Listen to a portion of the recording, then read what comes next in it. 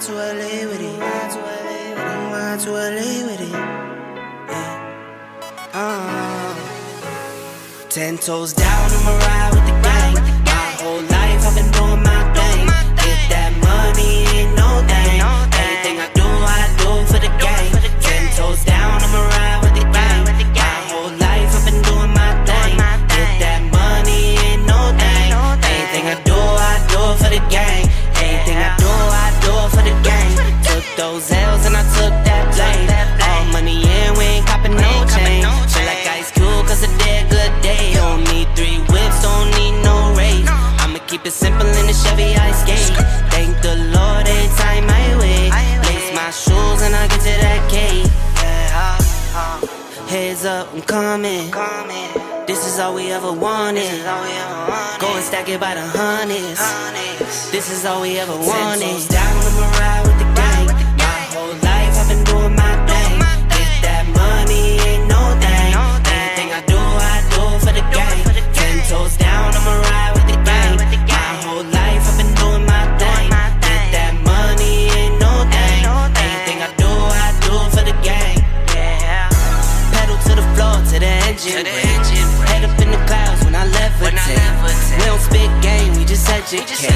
10-10-80, had a paper straight. Couldn't get it back then, so I had to wait. Now the money come to me, so I don't have to chase. I don't gotta flash nothing, I don't gotta fake, darling. We not practicing, we ballin'. And heads up, I'm coming. This is all we ever wanted. Go and stack it by the hundreds. Heads up, I'm coming. This is all we ever wanted. Go and stack it by the hundreds. This is all we ever wanted. I'ma ride with the gang. My whole life I've been doing my thing. Get that money, ain't no thing. Anything I do for the gang. 10 toes down, I'ma ride with the gang. My whole life I've been doing my thing. Get that money, ain't no thing. Anything I do for the gang.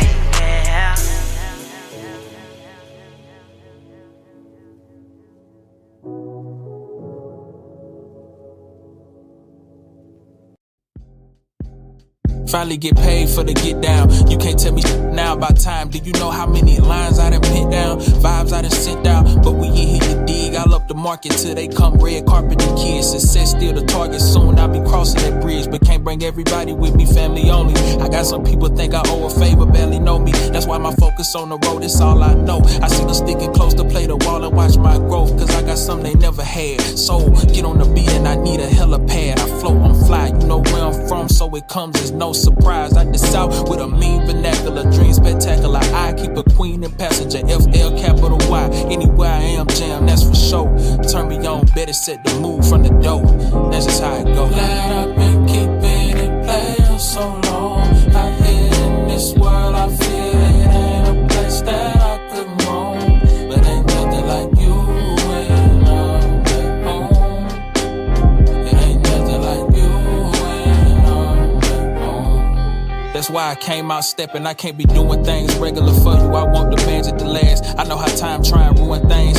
It get repetitive, got you tempted to doing things. I can't get reckless without you, wouldn't be no music thing. Plus, remember, we made promises way back then. And I still owe that 5-bed house with 2-3 kids. We got a fairy tale plan that's gonna change up the order they sort the mail in.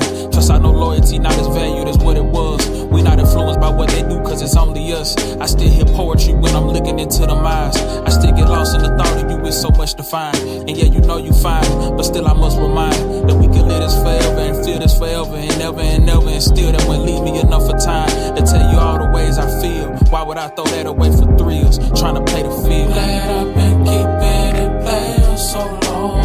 Out here in this world, I feel it ain't a place that I could roam. But ain't nothing like you when I'm at home. It ain't nothing like you when I'm at home.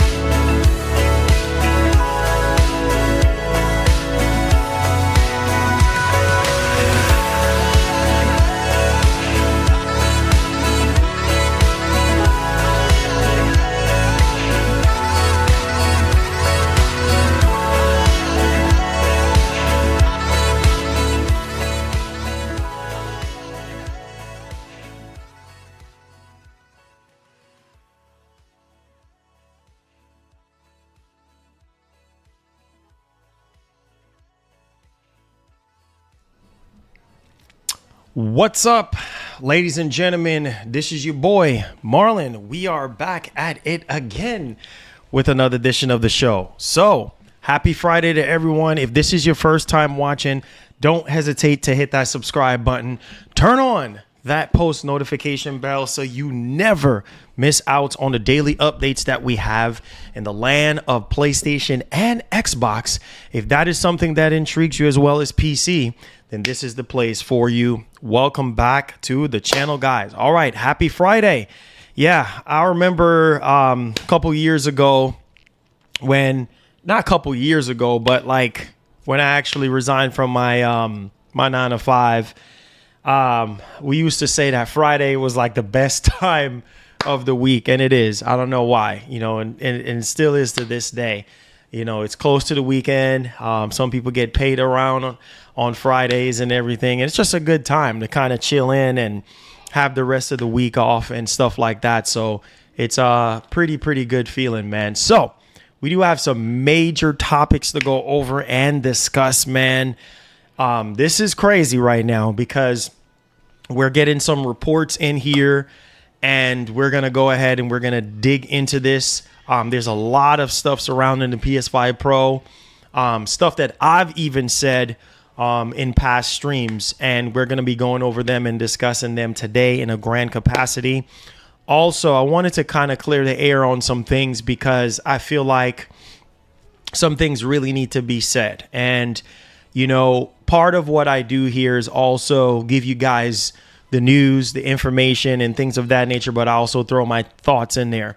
And I feel like to go with this console, to go with this new console, or to go with this mid-generation refresh that Sony is trying to put out there, I think one of the biggest, most significant thing that needs to be done is obviously come out and talk more about the console and the feature sets and the capabilities of the machine, but more importantly, the games.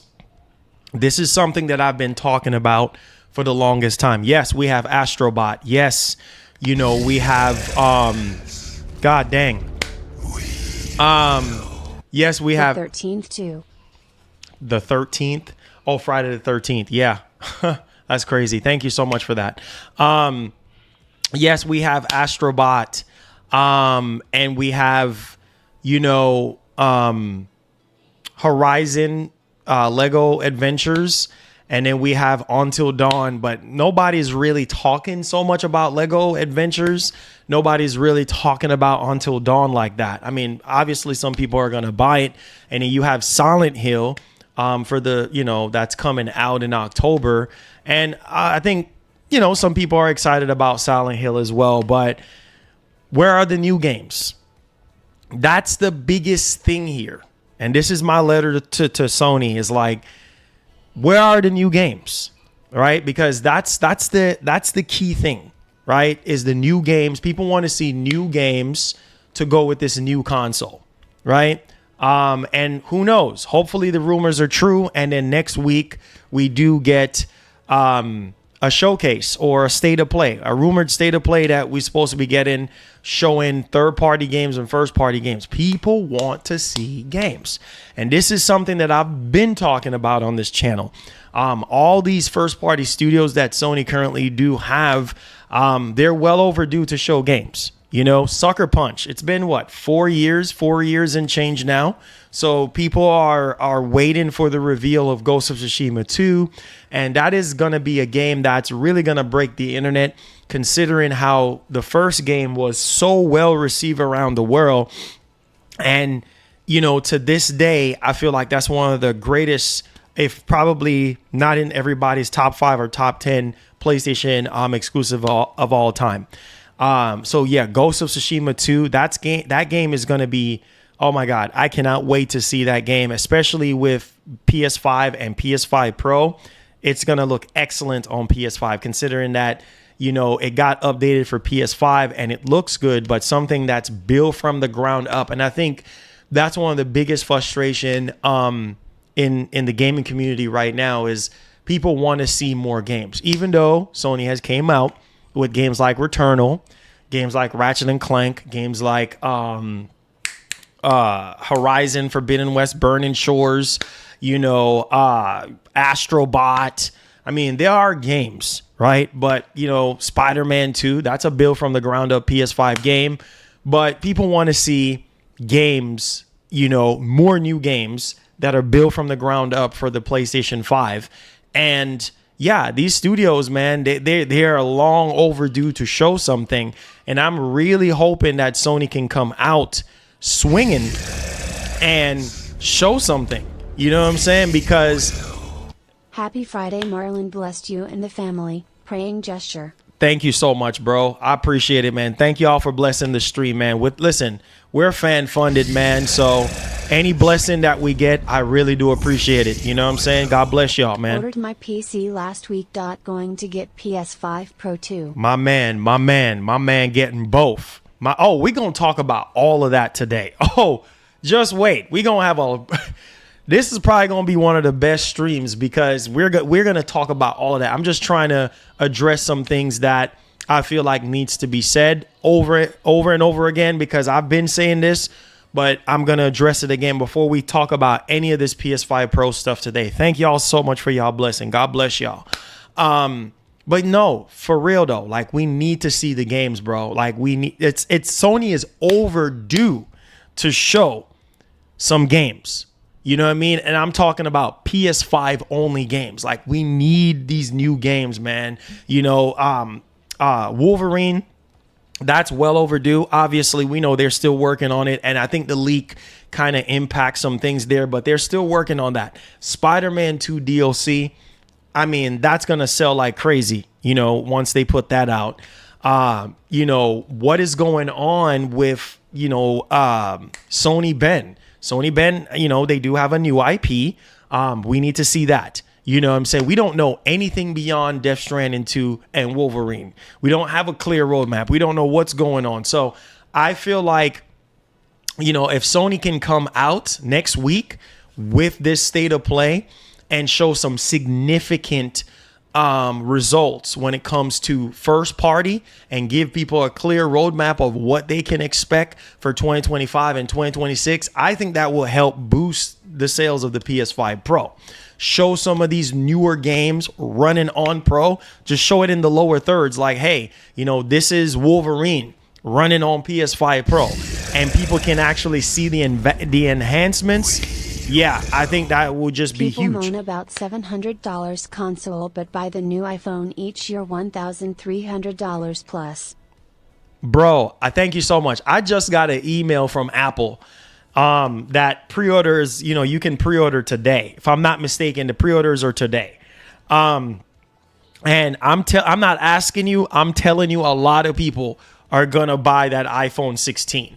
You know what I mean? And a lot of people are going to go with the Pro. They're going to go with the Pro Max for that 4K 120 capabilities, for that new A18 chip or whatever the case may be. Probably ain't going to be faster than my old 14 here. But hey, it is what it is, bro. Like, hey, man, people buy what they buy, man.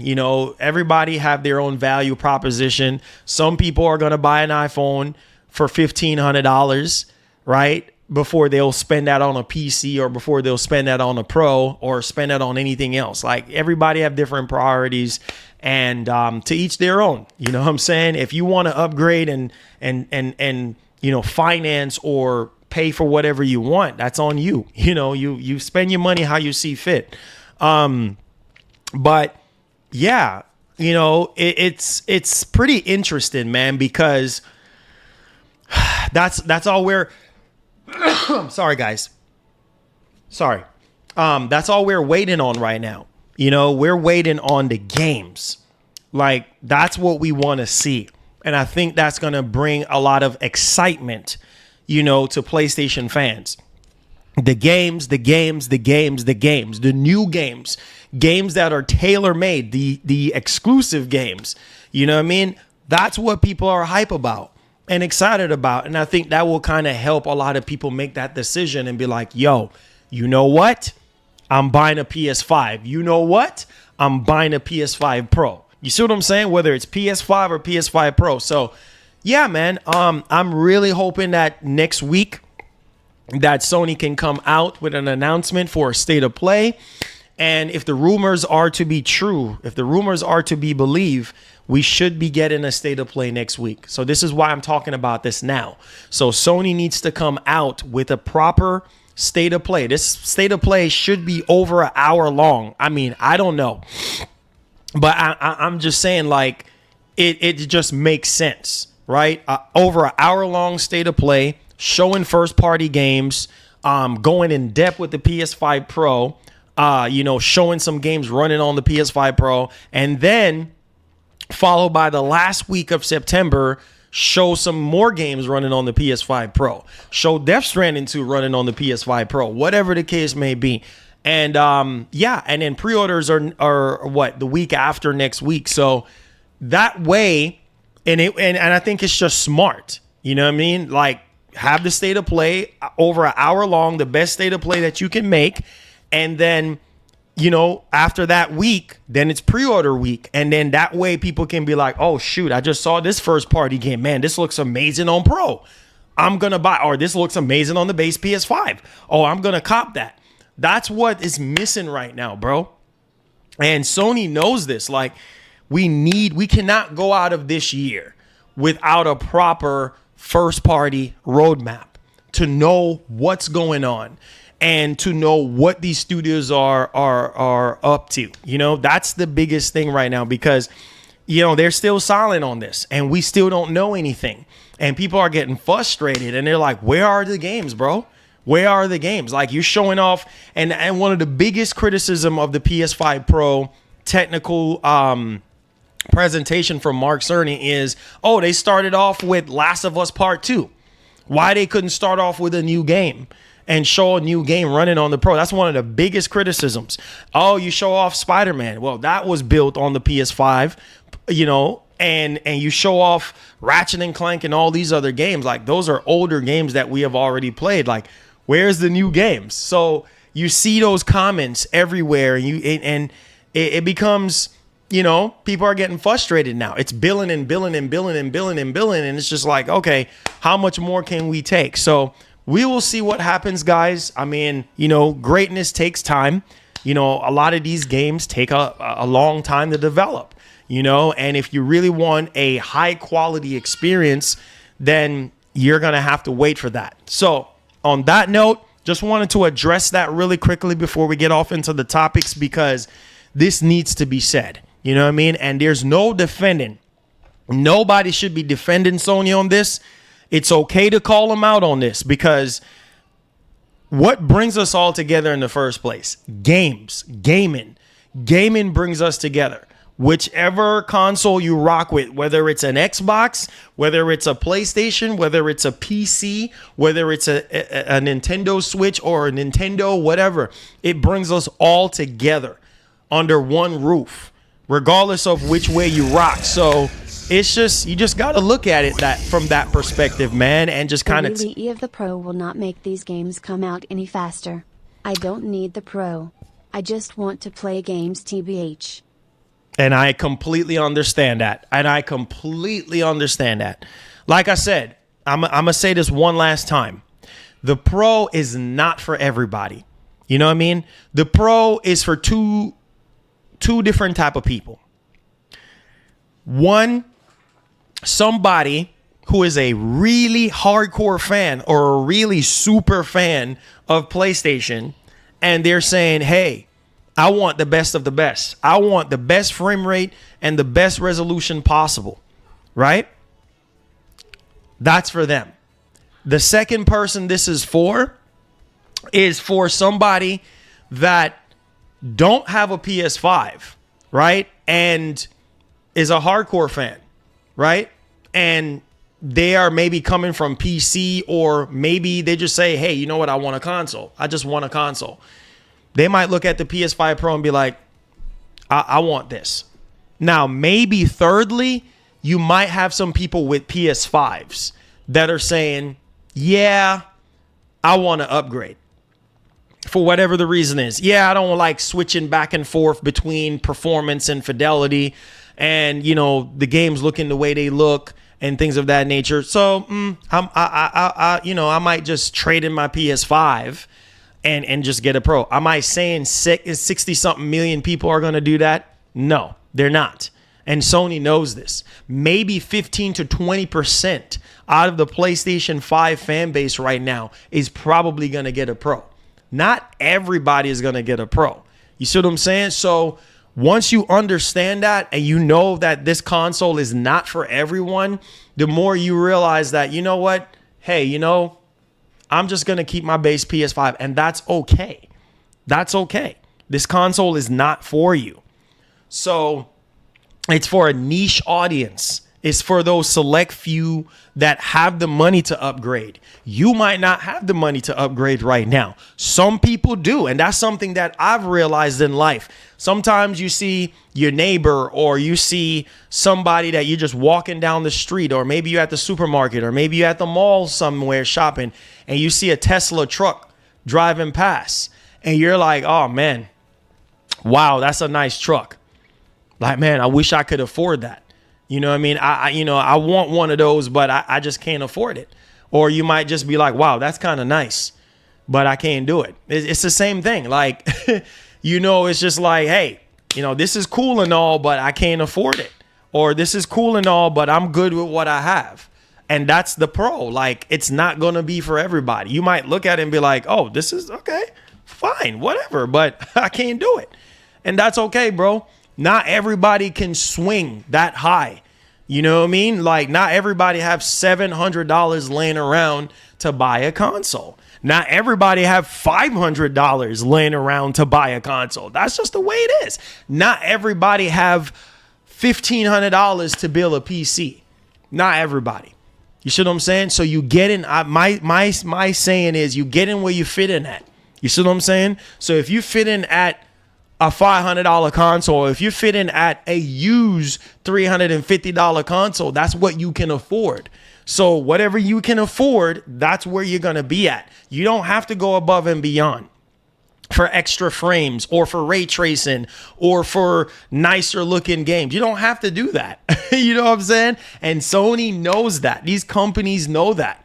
You see what I'm saying? And the more you understand that, the easier your decision is going to be. You got to look yourself in the mirror and be real with yourself and realize that not every single tech product that comes out, you need to buy. You see what I'm saying? Just like with iPhones, every other year they come out with another iPhone. Doesn't mean that you need to go out there and buy an iPhone. You know what I'm saying? You're good with your phone. Do you think PS5 Pros will sell a lot, bro? Do you think they will sell out? It will sell out, bro. It will sell out. It will sell out. I'm telling you right now. I'm telling you right now. I'm telling you right now. It will sell out. It will. We need games, Marlon. I have all the platforms. Exactly.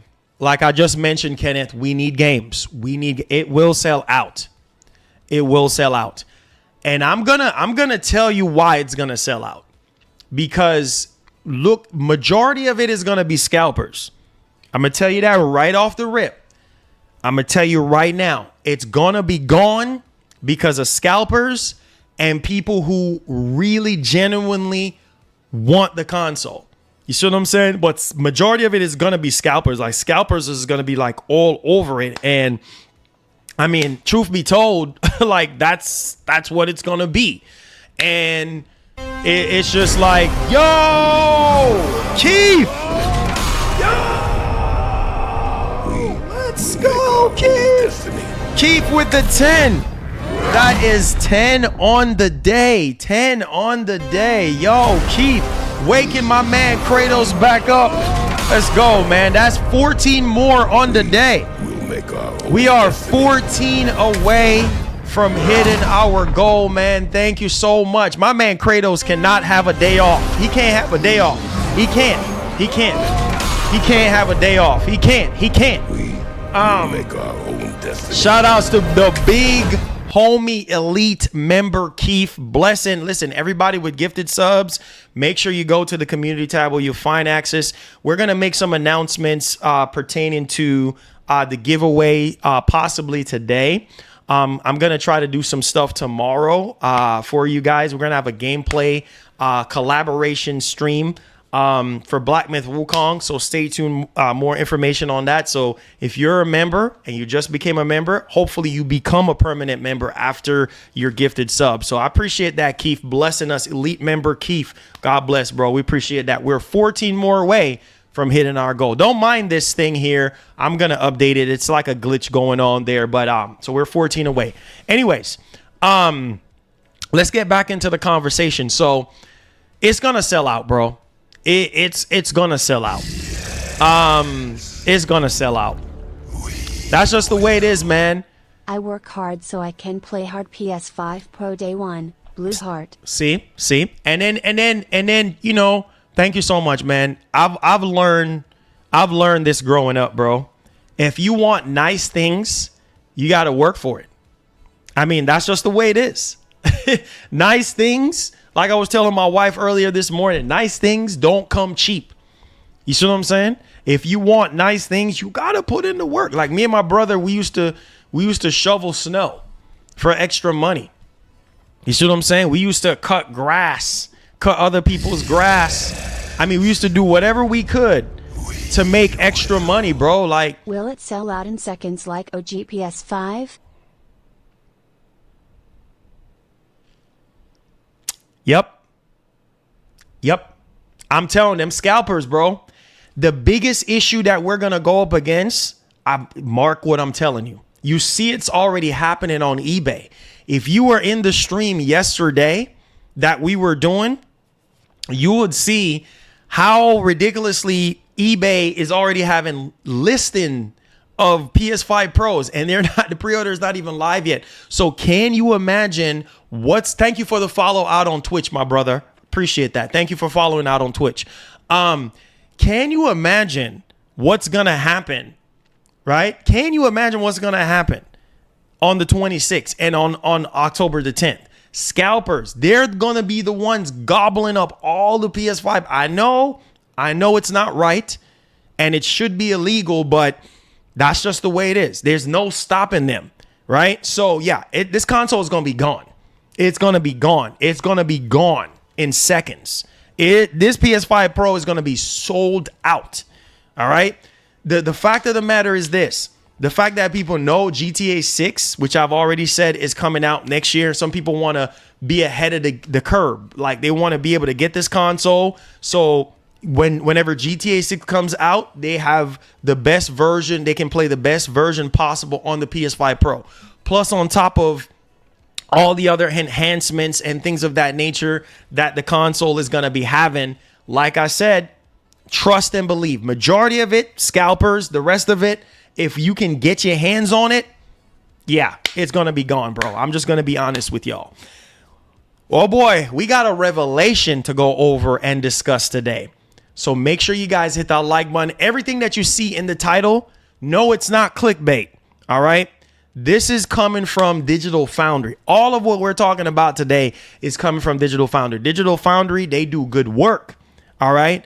And obviously nothing is official until when Sony actually comes out. But trust and believe, Digital Foundry is the closest thing that we have right now that we can kind of go off. We can use them as a measuring stick to kind of gauge, okay, what CPU or what GPU in terms of rasterization or in terms of performance, we can actually see out of a lot of these graphics card processors or even consoles. And to think that Richard Ledbetter, he was interviewed by IGN, and to think that the base PS5 is on par with a 4060 and PS5 Pro is on par with a 4070. And it's crazy. And this was off the top of my head. Like even before this interview, I told you guys, didn't I tell you guys a couple streams ago? I said that the PS5 Pro is on par with a 4070, between a 4070 or a 4070 Ti. Didn't I say that? I said this 3 streams ago. You can go back on my stream where I said that based off of what I've seen with my own 2 eyes, right? It seems as though that the PS5 Pro is on par with a 4070 or close to a 4070. And go ahead. Day one for me. I want more fidelity on the graphics and FPS department. It's pricey, no disc, no stand. Sony need new IPs ASAP. I want Lost Soul aside.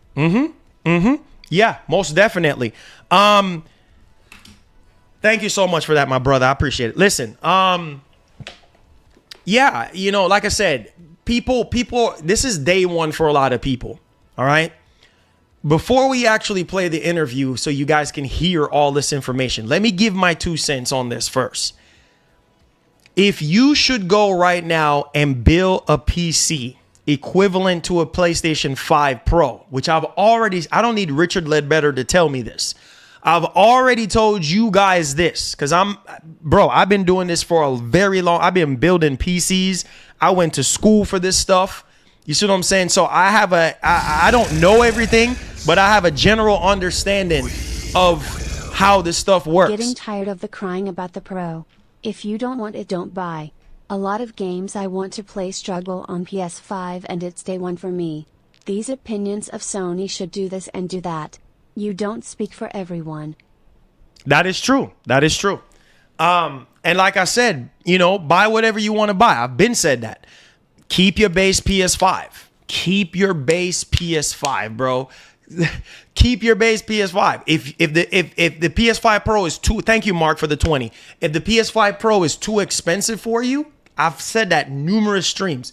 Keep your base PS5. If you're happy with fidelity and performance the way it is, keep your base PS5. There's nothing wrong with that. You're going to be just fine. Sony is not going to just ditch the base PS5. Like, you're going to be fine, bro.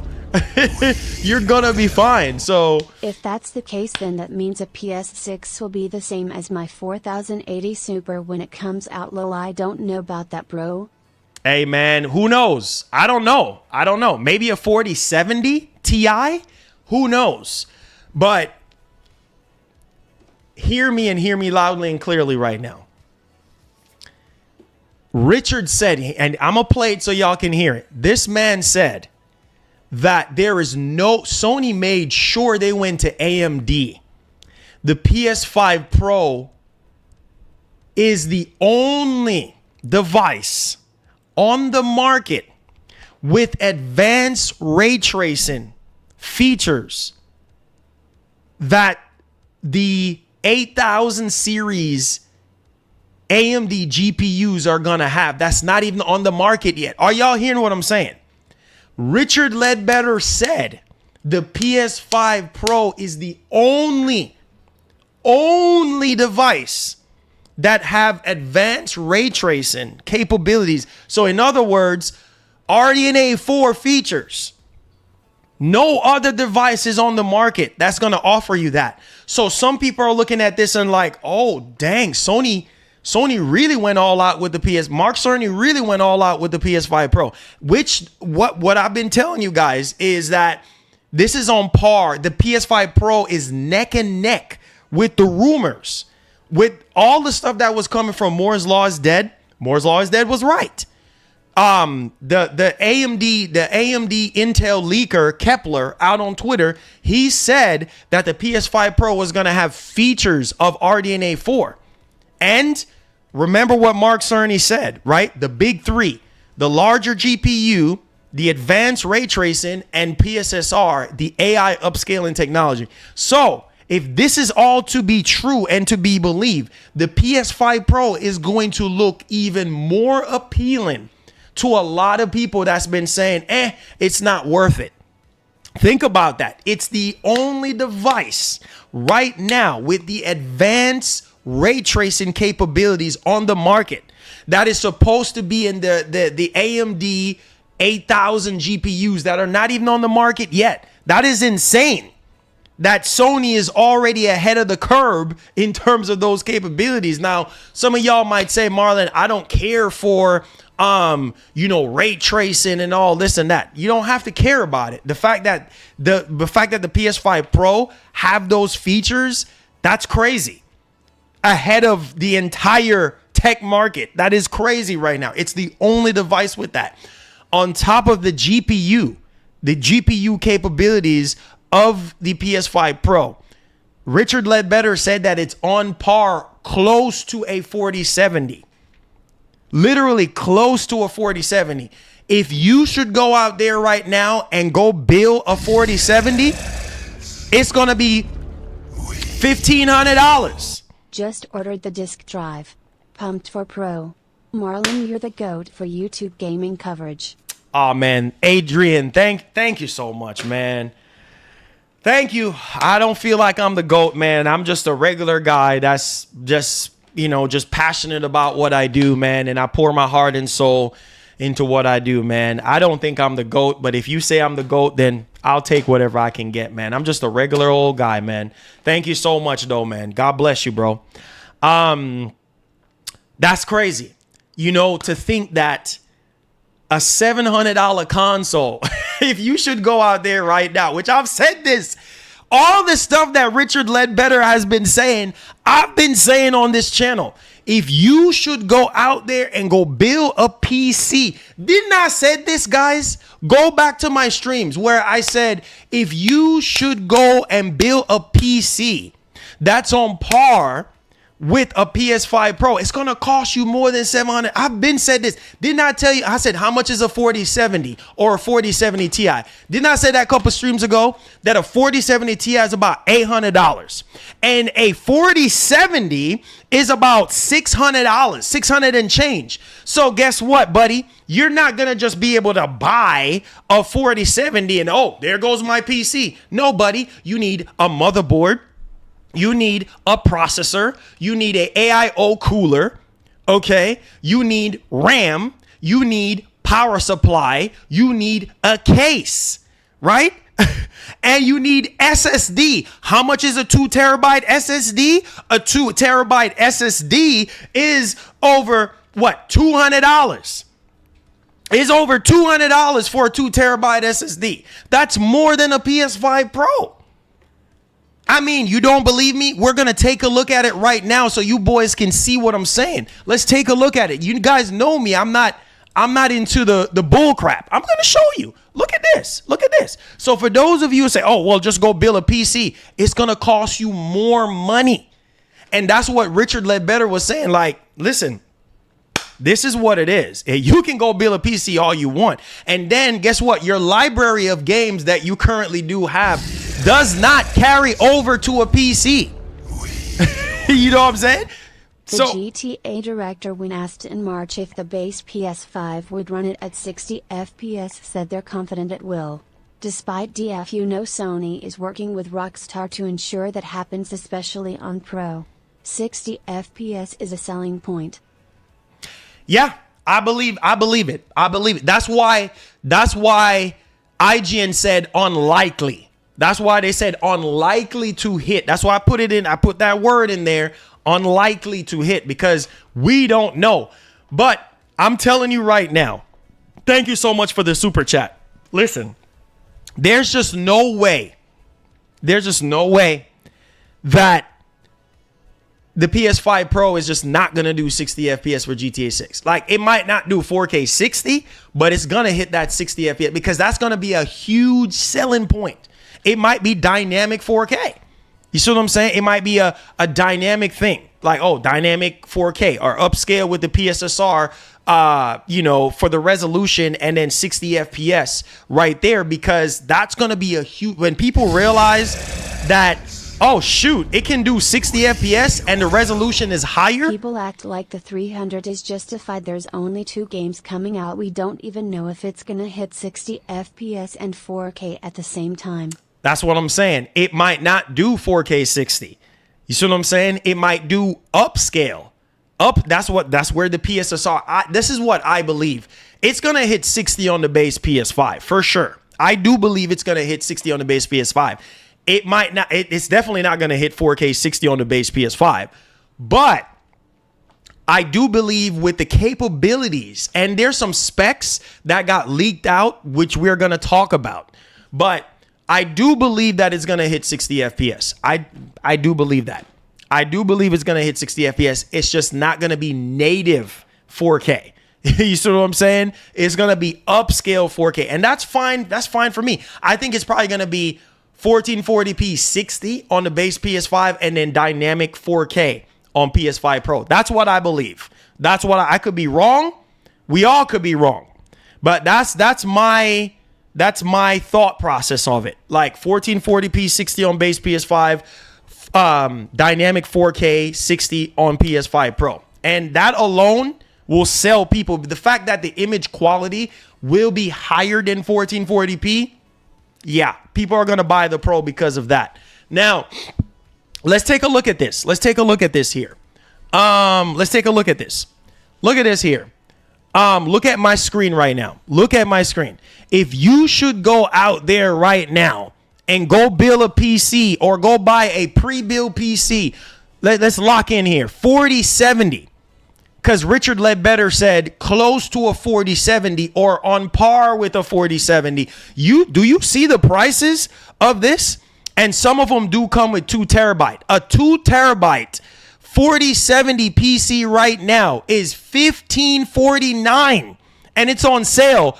Right now it's on sale, but the original price is $1,800. You can literally buy 2 PS5 Pros and a bunch of accessories and games for that price. So you're looking without sales, you're looking at close to $2,000 for equivalent PC to a PS5 Pro with the advanced ray tracing that it has, and all the GPU capabilities. Yeah, you're looking at close to $1,500, $1,600, depending if you can find a sale. Look how expensive a 4070 PC is. So people say, oh, go build a PC. Like I've told you guys, you can go build a PC all you want. This one here is on clearance, but it's sold out. It's literally sold out. Yeah. I mean, it's going to be any PC that you're going to build right now. It's going to be more expensive than a PS5 Pro. So you can go ahead and you can try all you want. But enough from me. Let's hear what Richard Ledbetter has to say about the PS5 Pro. And some of y'all, like I said, we still have to wait for official stuff. But no, this is not clickbait. This came out of Digital Foundry's mouth. So we're going to listen to this, and then we're going to give our opinion after this, okay? So let me go ahead and highlight this for you guys, all right? Let's go ahead here. And let's the PlayStation 5 Pro was just revealed, and joining us today is Richard Ledbetter from Digital Foundry. It is an honor having you on the show today to discuss the technology and your reaction to this reveal. So what were your thoughts? Well, first of all, welcome. Thanks for having me.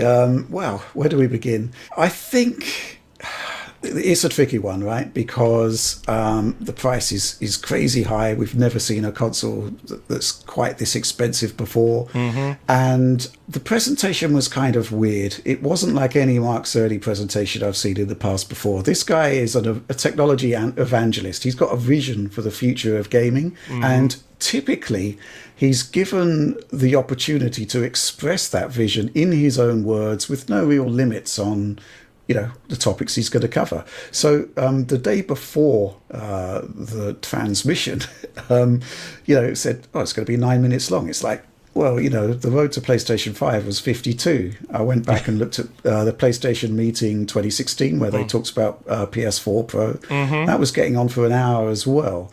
So initially my thoughts were, well, how much can he actually talk about in 9 minutes? Mm-hmm. And secondly, they've got a real problem here because they've got to talk about an enhanced PlayStation experience, but at the same time, they can't say that the standard PlayStation experience is in any way deficient. So I thought that the way that they would do this would be to talk about the base PlayStation 5 first and then go on to the Pro, which is exactly what they did, which is fine, except that cut further into the 9 minutes. So I guess we got maybe 7 minutes of PS5 Pro, really high-level stuff here. Mm-hmm. And we actually know a lot more about the machine based on the leaks that started like March 2024. Mm-hmm. And that was a little disappointing because we've got like the barest details, but we don't have any context. We don't have the vision behind those details.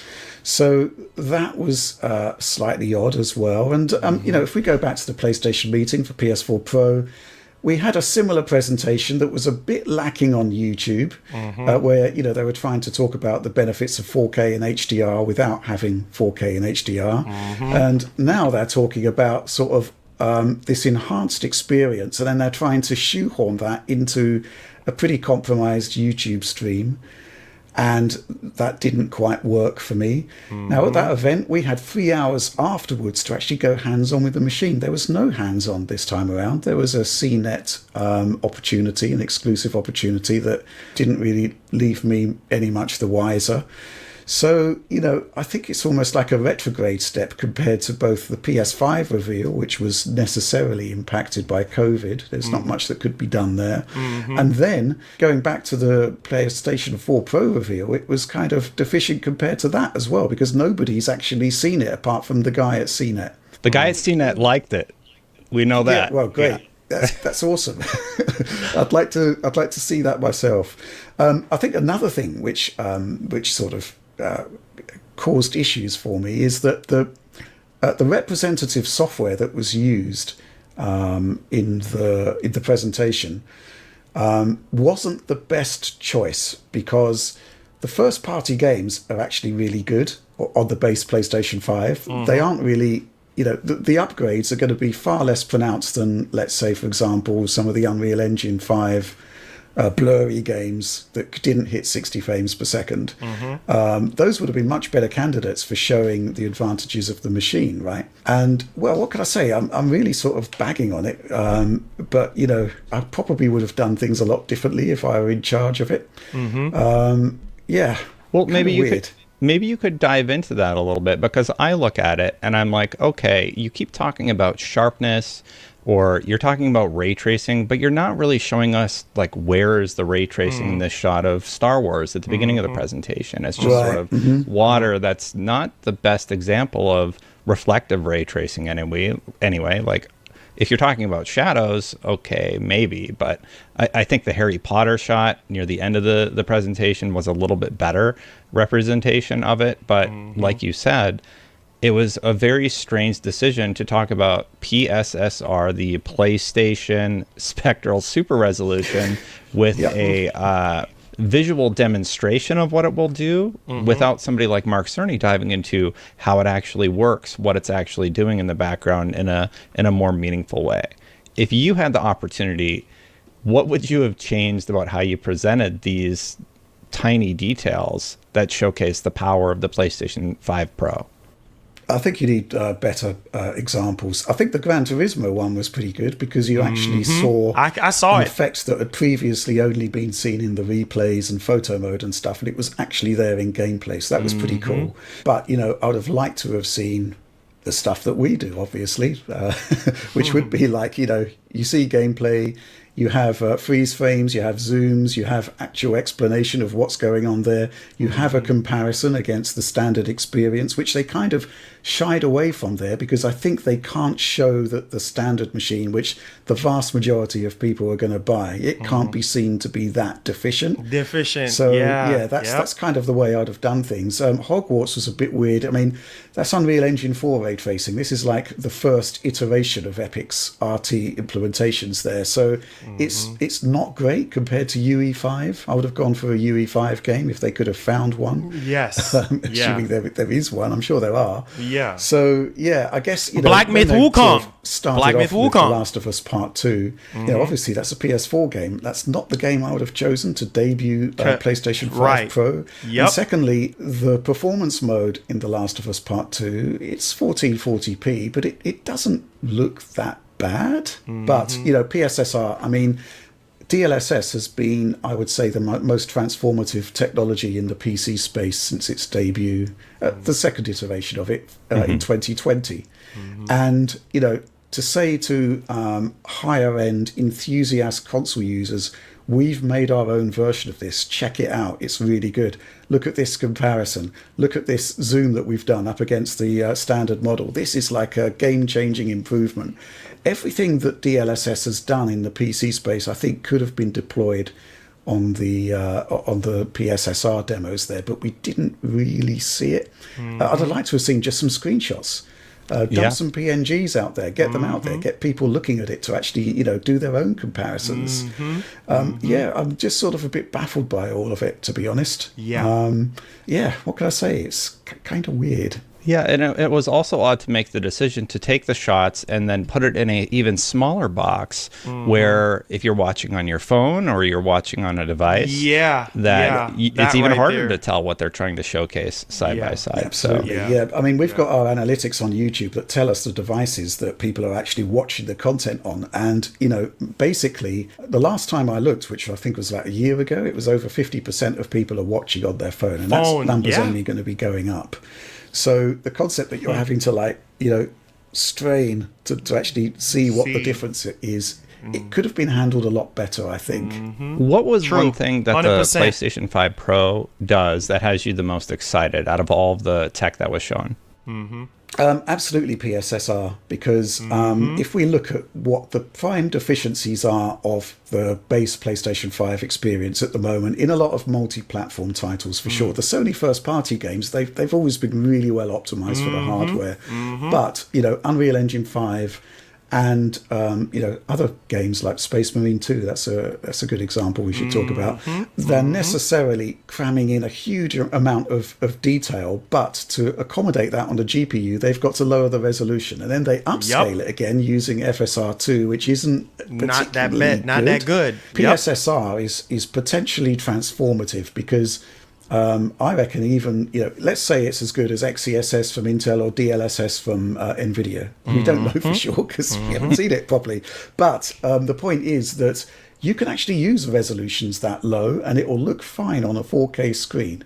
But with the additional GPU horsepower, they'll be increasing the resolution as well. So, I'd imagine those 720p base resolution games on PS5, they'll be like 900 or possibly even 1080p. But the transformative thing is the PSSR upscaling pass.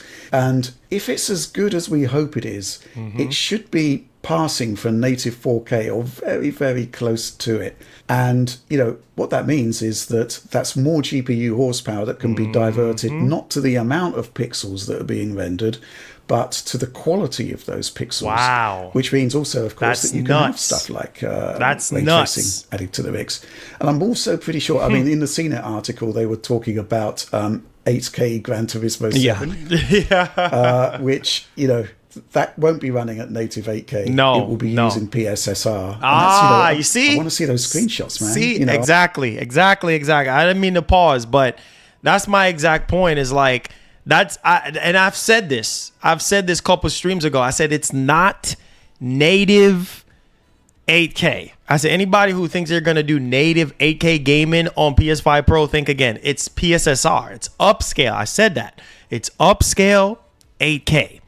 And PSSR, I told y'all this for how many streams ago, but nobody listens to me. I said, PSSR is going to be the star of the show. PSSR will be, I've said this. You could go back on what I said. I said PSSR will be the star of the show for the PS5 Pro.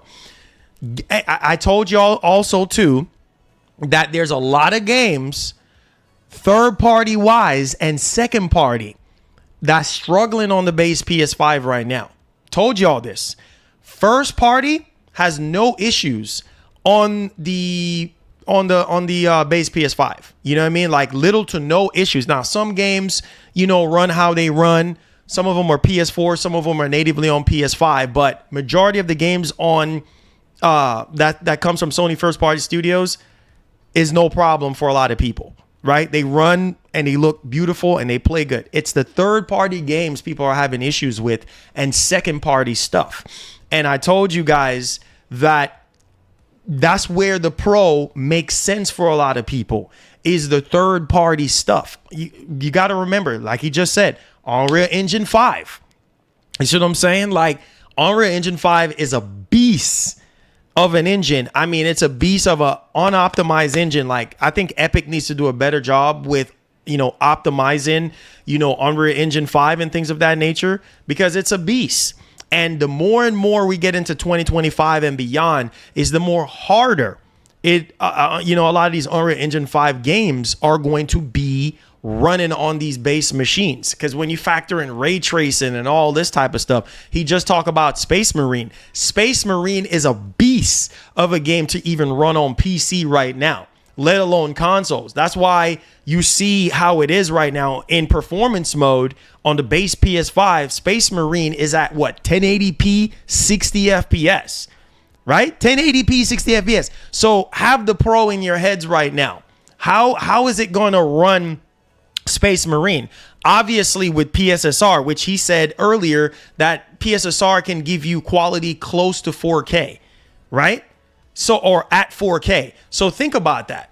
Right? If you have a game like Space Marine and you have PSSR involved with it, that's going to help boost the resolution from 1080p to maybe close to 4K or maybe at 4K or a little bit under 4K, whichever the case may be. And that's good enough for me because the resolution now becomes higher, more crisp, more detail. And that's what we want.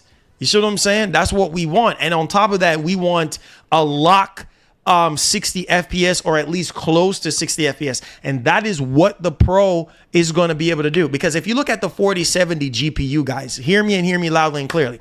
4070 is not a 4K card. It's an entry level 4K card, a 4070. Look it up if you think I'm lying, because I'm not putting out misinformation. The 4070 is a entry level 4K card. All right. It can do 4K, just not comfortably. Don't think you're going to buy a 4070 and you're going to be able to max out settings. You're not going to max out settings with a 4070 at 4K. It's just not going to happen. Okay. You're going to have to turn some settings down. Turn it down, maybe low to medium settings at 4K. And then you're probably going to have to depend on DLSS to help carry you closer to 60 FPS with a 4070. I'm just keeping it a buck with y'all. So with that being said, like I said, some of y'all are freaking out about AI this and AI that. AI is the future, whether you like it, yes or no. And the fact that, you know, the first time ever we have a console that have its own in-house upscaling technology, not have to depend on AMD or anything like that for their upscaling technology, their PSSR or anything like that. I mean, their FSR or anything like that. Sony have their own in-house upscaling technology, right? That they can Mark Cerny can continue to perfect. Are y'all hearing what I'm saying? Can continue to perfect, can continue to work on and make it even better because it's in-house. You see what I'm saying? And not something from AMD to where they have to wait on AMD to update and things of that nature, because a lot of these games are still using FSR2, guys. That's why it looks the way it looks. And they just now starting to roll out a lot of stuff with FSR3. So hear me and hear me loudly and clearly. AI is the future. You might not like it right now, but listen to me. The PS5 Pro is literally a taste of what the PlayStation 6 is going to offer you. Make no mistake. I do believe, now this is just my assumption, and I could be wrong on this, but PSSR will continue on PlayStation 6. Mark my word what I tell you. PSSR, PlayStation Spectral Super Resolution, will carry over to PS6. I do believe that because that is something in-house that Sony can make better over time. Are y'all hearing me? So if it's the way it is right now on PS5 Pro, think of it like this. How do you imagine PSSR to be on PlayStation 6? Because it will have something AI going on. What better way to do that with their own AI proprietary upscaling technology? You hear it right here. You see what I'm saying? The AI will continue to take over.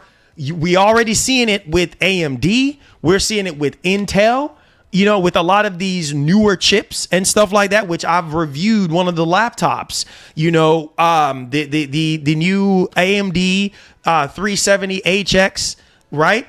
We covered that on the channel. And then, you know, Intel's fixing to drop. All this stuff is AI this, AI that, AI this. Now, a lot of these CPUs with AI and stuff like that ain't really being put to use with the AI portion of things. But you guys get what I'm saying. The future is AI.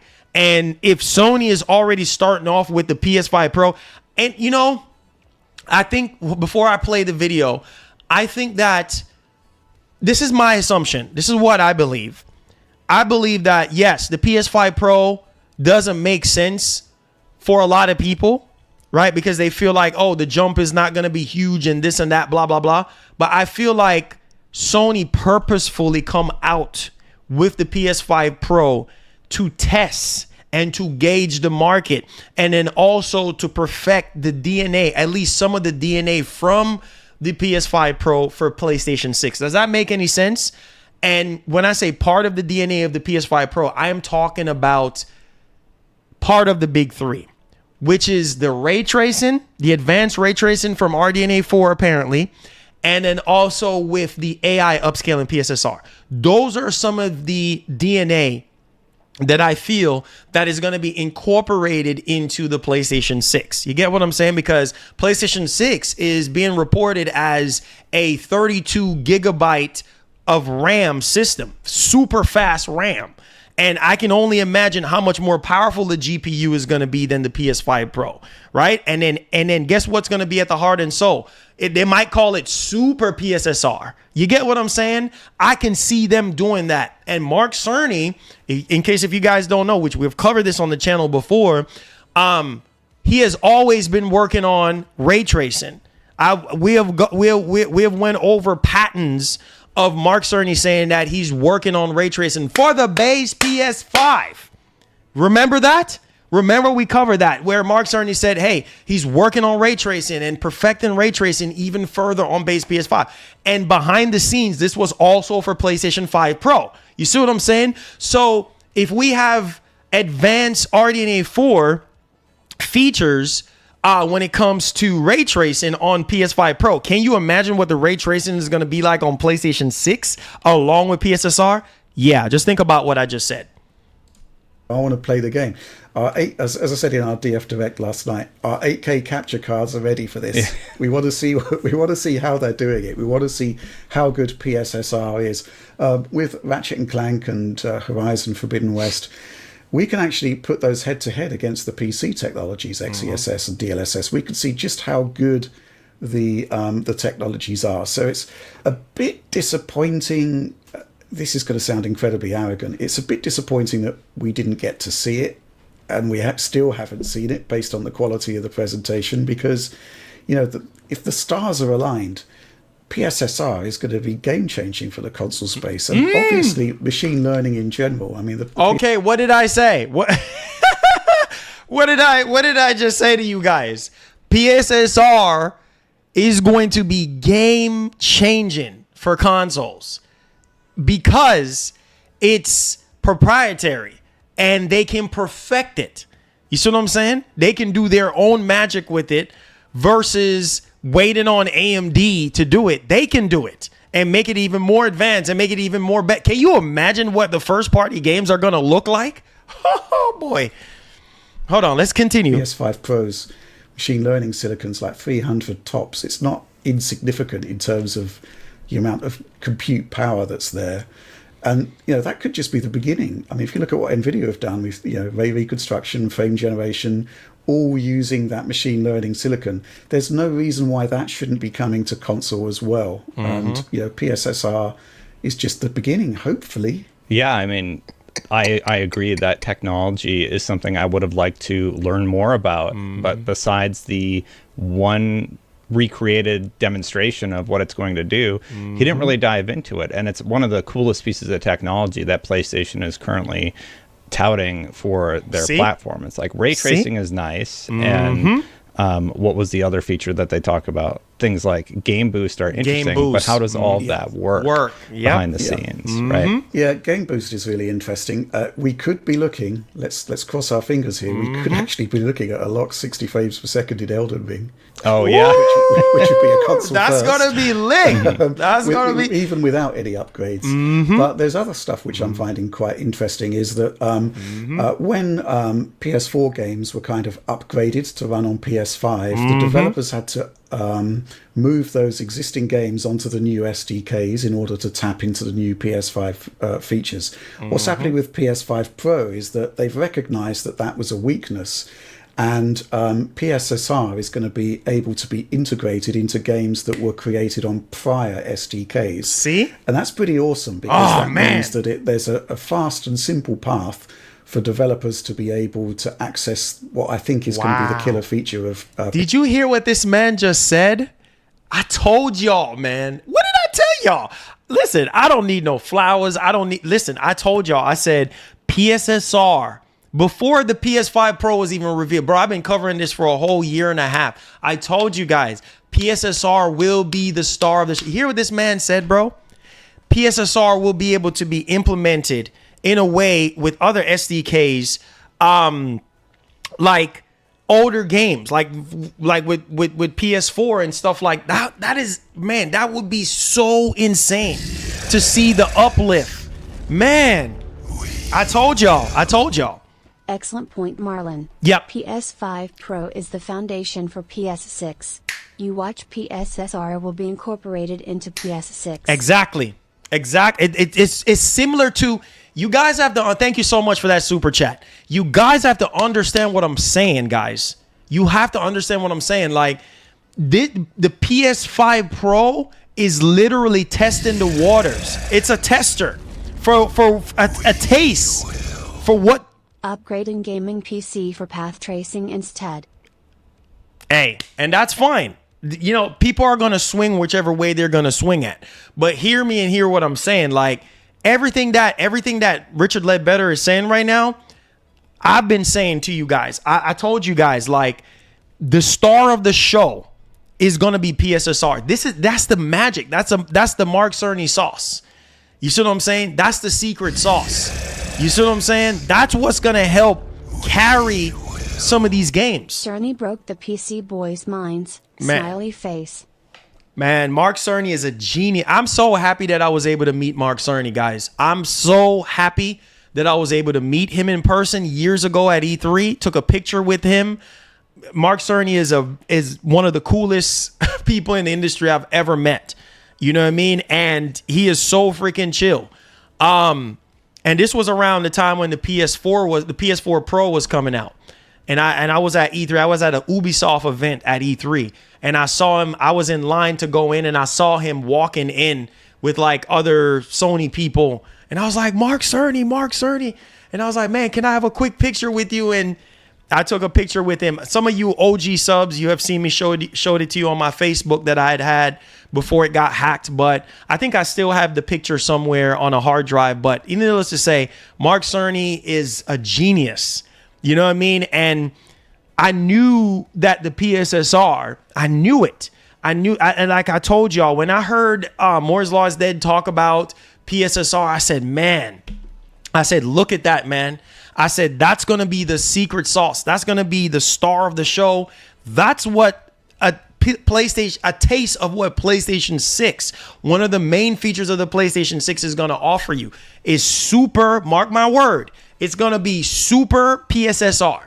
In other words, a more advanced version of PSSR with PlayStation 6, because whatever PlayStation 6 is going to target, whether it's 4K 120, whatever the case may be, with PSSR version 2, it's going to do a lot of the heavy lifting.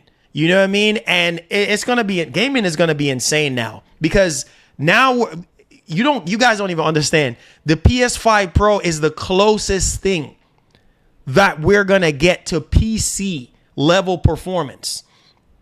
It's anything after that is PC. It gets no better than PS5 Pro as a console gamer. Hear me and hear me loudly and clearly. The PS5 Pro is going to be the closest thing to PC, or at least a mid-level PC, not a high-end PC, but a mid-level PC. You know what I mean? That's the closest thing you're going to get. And the reason why I'm saying that is because you have advanced ray tracing, something that we had ray tracing in the past on the base PS5, but it's not advanced like it is now on the PS5 Pro.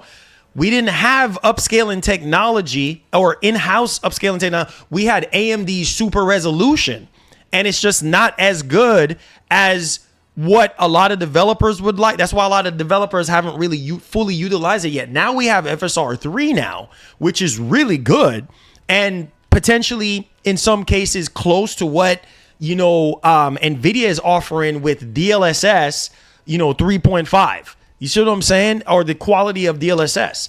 And so, man, this is exciting, guys. This is, you guys don't understand how huge this is for gaming.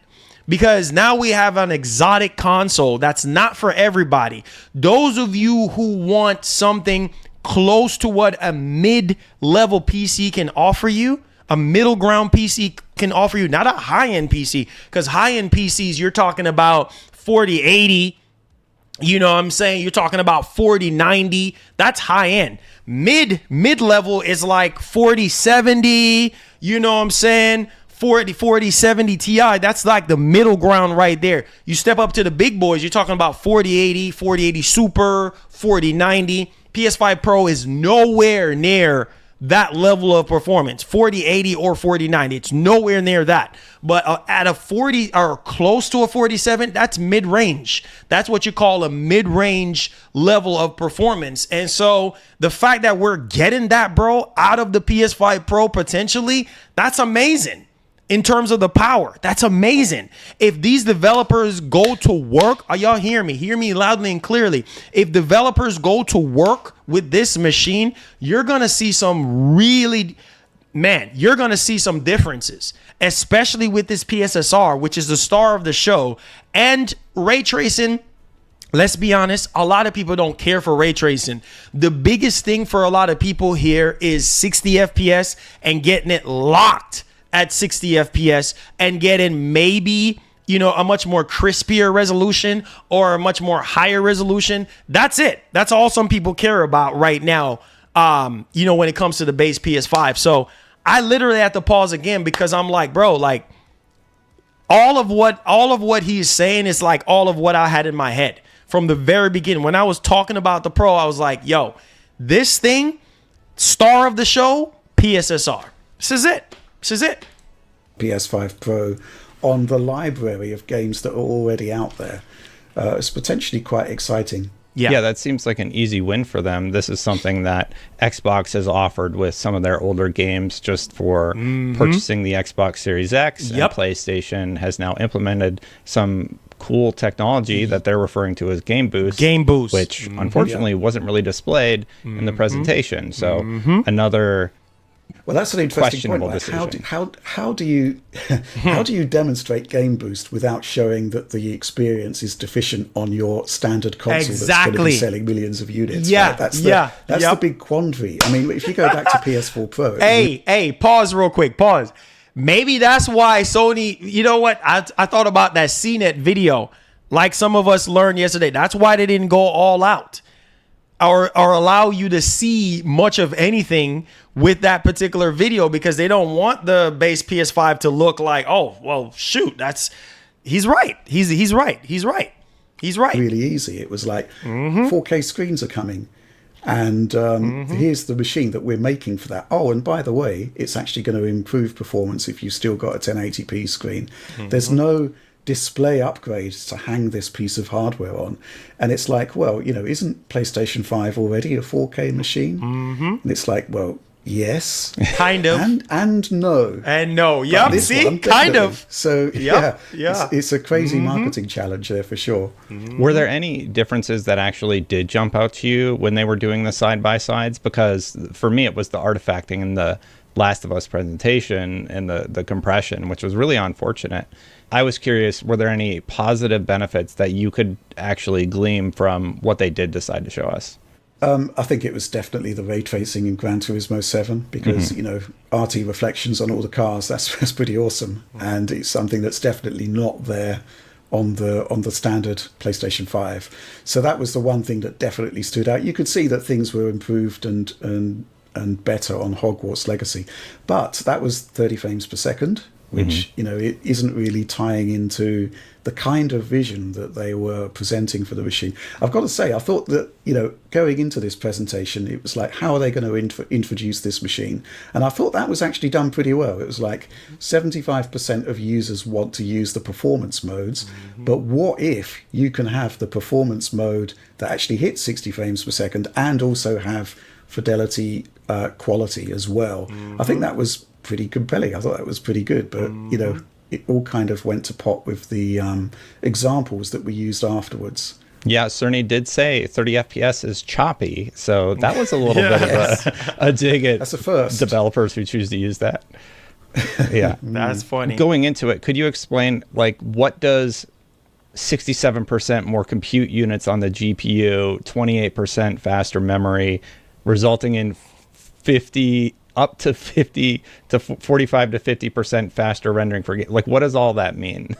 Can you break that down? What benefit will the user actually be seeing from these statistics that they put in the presentation?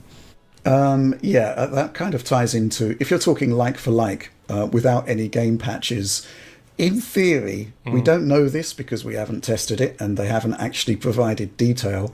The boost mode there should, in theory, provide 45% of raw compute power to those existing games. So games that are running with dynamic resolution scaling, they should look clearer. They should maybe even hit the upper bounds of the DRS range. They should look clearer. Games that have a GPU-related bottleneck that stops them hitting their target frame rate, they should hit 60 frames per second, assuming that is the target frame rate. That's kind of out of the box improvements. Now, if you're talking about the new games, obviously, again, it means that you can increase resolution, but the actual multiplier, as it were, from image quality is going to come from PSSR. And if you actually look at PS4 Pro compared to PS4, they actually doubled GPU compute there. It was like, forget 45%, it was like doubling. It was like 100% more. They can't do that this time around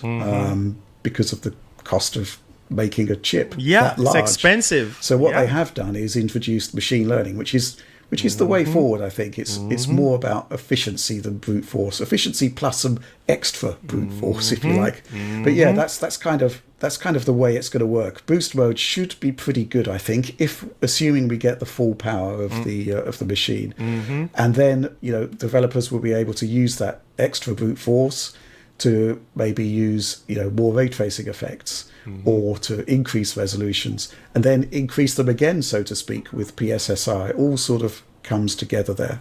Yeah, I do hope they allow more people to have hands-on. There's not a lot of people in this space who do analysis like you do, and I would like to see, even if it's not Digital Foundry, just somebody that understands how to showcase 120 frames per second, which was a feature that they were touting, or here's what PSSR is actually doing, because I don't feel like their own presentation fulfilled that need or the CNET piece, unfortunately.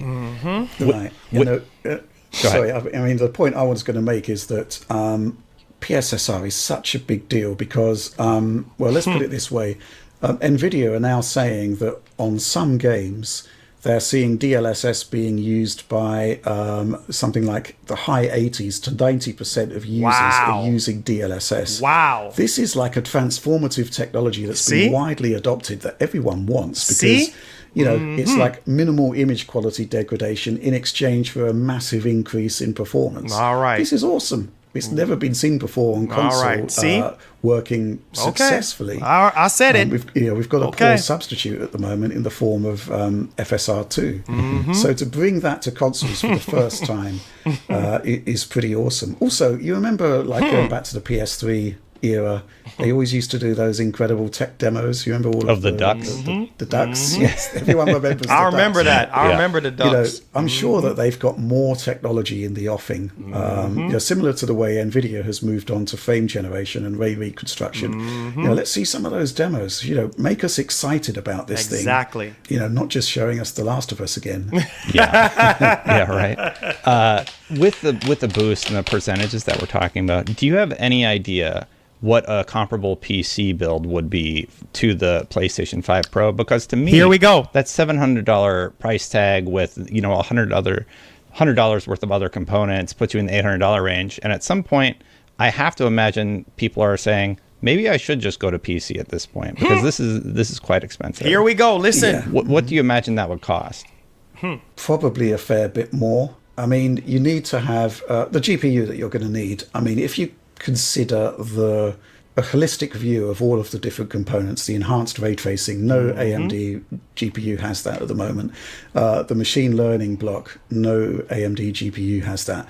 It's almost like essentially an NVIDIA style feature set, but made by AMD. And the closest equivalent GPU you'll be looking at would be the RTX 4070. The 4060 is quite close to base PlayStation 5, factoring out machine learning and ray tracing. So you're looking at a 4070. I looked on, I think it was Amazon yesterday, Amazon.com, and the cheapest one of those is $540. So beyond that, you've got to get a CPU, a motherboard, memory, power supply, case, 2 terabyte SSD. So it is going to the costs are going to ramp up, right? Okay. Then you have your mitigating factors, which is that you aren't paying however many dollars per year for the glorious honor of being able to play online and have cloud saves. So you've got to kind of, maybe sort of amortize costs over the year to get a proper idea of what the actual comparison is. I do think maybe, though, we might be slightly missing the point, because if you consider what the PS5 Pro is, it's a machine that's designed, I don't think it's for new owners, right? It's for people that have got a PlayStation 5, but they've got the disposable income to have a better PlayStation 5. And I think that these guys are going to have an existing library of PS4 and PS5 titles. And to make the jump out of the PlayStation ecosystem and into the PC ecosystem, then you've got to leave those titles behind. Your entire library that you might have amassed over like 10 years, you've got to leave that behind. You've got to start from scratch, which I think is probably going to be a step too far. So that's kind of my viewpoint on that. It's kind of like quite an interesting thing to do, to kind of weigh up the costs of individual components and then factor it up against this $700 price point, which is actually much higher in Europe and certainly in Japan. And there, the PC argument probably becomes a bit more compelling. However, what if you're not in the PlayStation ecosystem? Because Microsoft is going to be facing exactly the same cost challenges as Sony in producing new hardware. And all of your Xbox games are going to be on PC. Now, what is the remaining factor that stops you from jumping across to PC? And I think that remaining factor is the fact that you can't really have a PC attached to your living room display and have a seamless experience with a joypad. You've kind of, we know this from PC handhelds, and actually Phil Spencer has kind of admitted that the weakest part of Windows on handhelds is Windows. Windows is going to need to dramatically improve in order to do that. But, Valve have basically got there with Steam Deck, right? And Microsoft are obviously going to do something very similar. So it's only a matter of time before this choice between console and PC is actually going to become quite a lot more streamlined, of a head scratcher, but probably less so if you're in the Xbox ecosystem, because you'll be able to play your games on whatever console you got and whatever PC you got. Sony, though, they've got a different challenge. But man, this price for the PS5 Pro is crazy high. It's nuts, right? It is very high. I've had sort of a theory about where Microsoft could go with the console if they're able to solve the challenge of the console user wanting to get in on PC games by allowing storefronts like Epic Games Store on the next console, whatever that may be, while also addressing the interface issues where, people don't want to install new drivers and deal with all of that stuff on console. They just want to sit on the couch and turn it on. If they can solve that and the new console is more open for the enthusiasts like, myself or yourself, who want to get their whole Steam library or add all of the storefronts onto one box, I think that would give Sony a run for their money. But let's focus back in on the PS5 Pro for a second. Do you think it's too expensive? 74% of users on IGN voted, and they think it's way too expensive. What are you thinking about the price? Is this going to end up limiting their sales? What do you think? I think it obviously will limit their sales, but there's always going to be a core who will pay whatever they can in order to get the best possible experience. And I think that's what this machine is aimed at. Yep. However, with that said, this is breaking historical precedents on console pricing. Yes, I mean, I saw the stuff from Jeff Keighley about inflation-adjusted prices and whatnot, but that's not the way the consumer mentality works. You know, and PS4 Pro, by the way, was like $399, I seem to recall, and now we're up to like, what is it? You know, $699. There's guys in Europe who are paying almost double for a PS5 Pro than they did for a PS4 Pro, which is kind of crazy. Yeah. My theory on this, and again, I'm just reminded of something that Phil Spencer said, which is that, you know, he's questioning whether subsidizing people to buy consoles is actually working, because it's the same people buying consoles gen over gen. The amount of people, console gamers, isn't increasing. It's the same guys buying new hardware, and if your subsidies are not increasing the size of the overall audience, why are you having subsidies? It's not great. And I think what we're seeing with the PlayStation 5 Pro is possibly an experiment from Sony in saying, well, okay, we'll continue to subsidize a bit the standard unit, but the PS5 Pro, we're going to see what happens if we just sell it at cost, or, heaven forbid, try to make some actual money on it.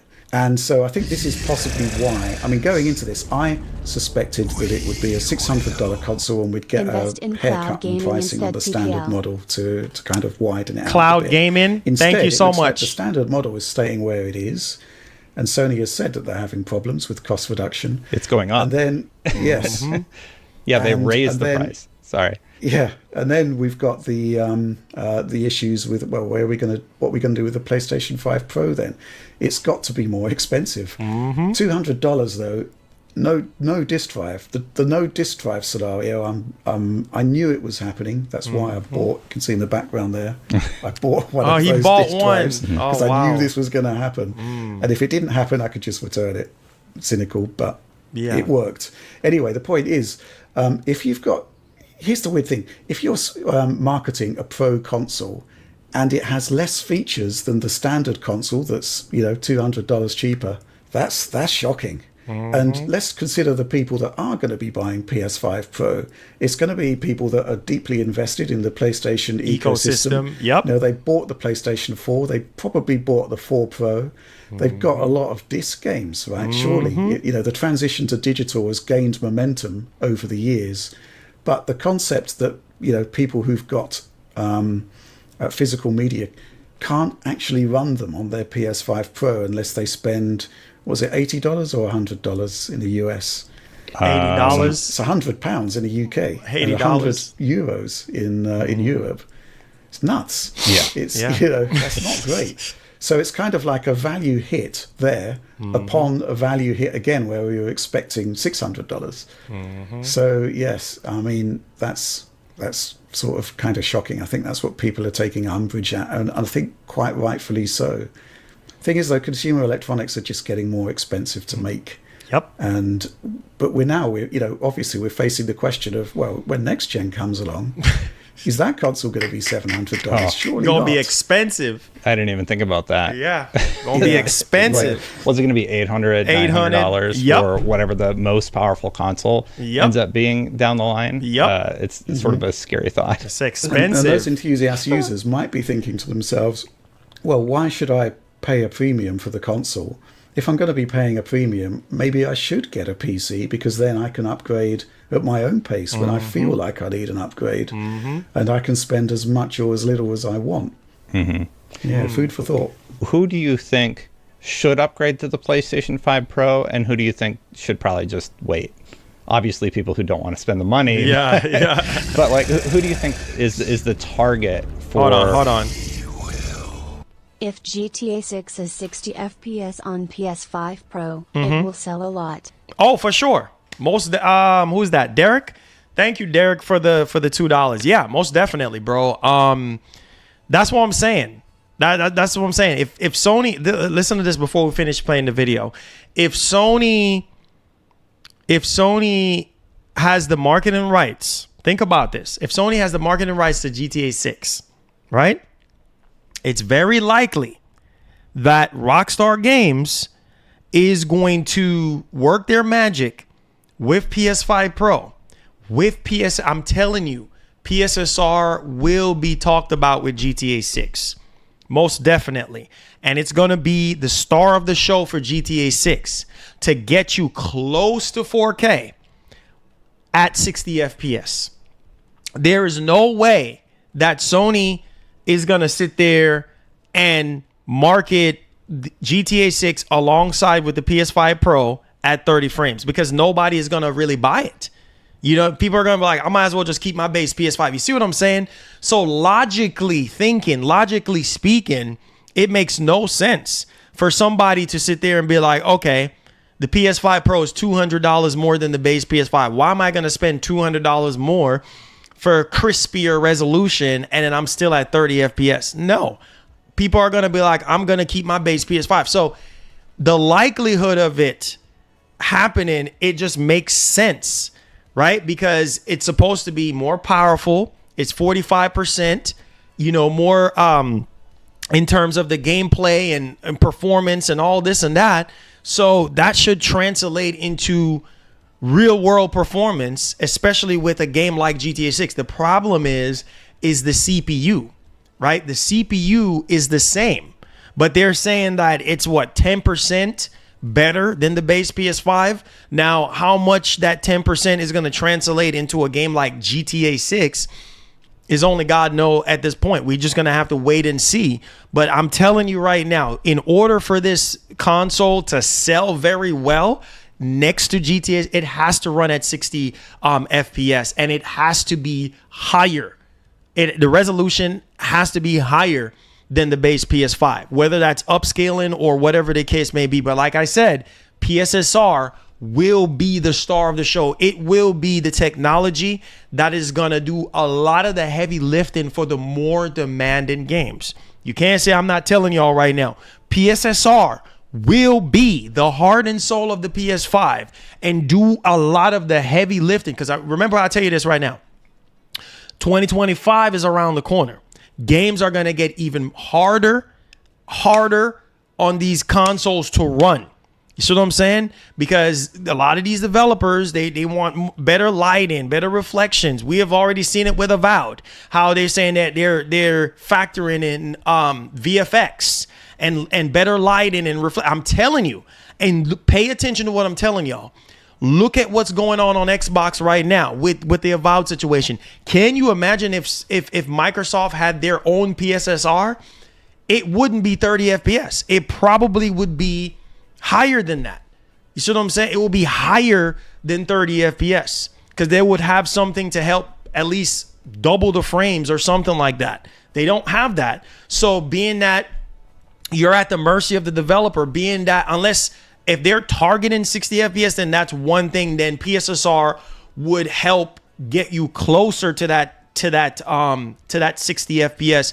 If it's not targeting that and it's targeting 30, then that's kind of different case scenario there. But I'm telling you guys, the more demanding games, the games that are really, really hard on the base PS5 and Series X, upscaling technology, AI upscaling technology like PSSR will do the heavy lifting. And a game like GTA 6, which is probably going to be more CPU intensive, more of a CPU driven game, it's going to need that PSSR.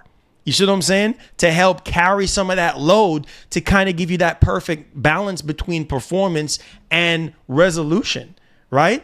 So yeah, and in that sense, that's going to help sell the Pro.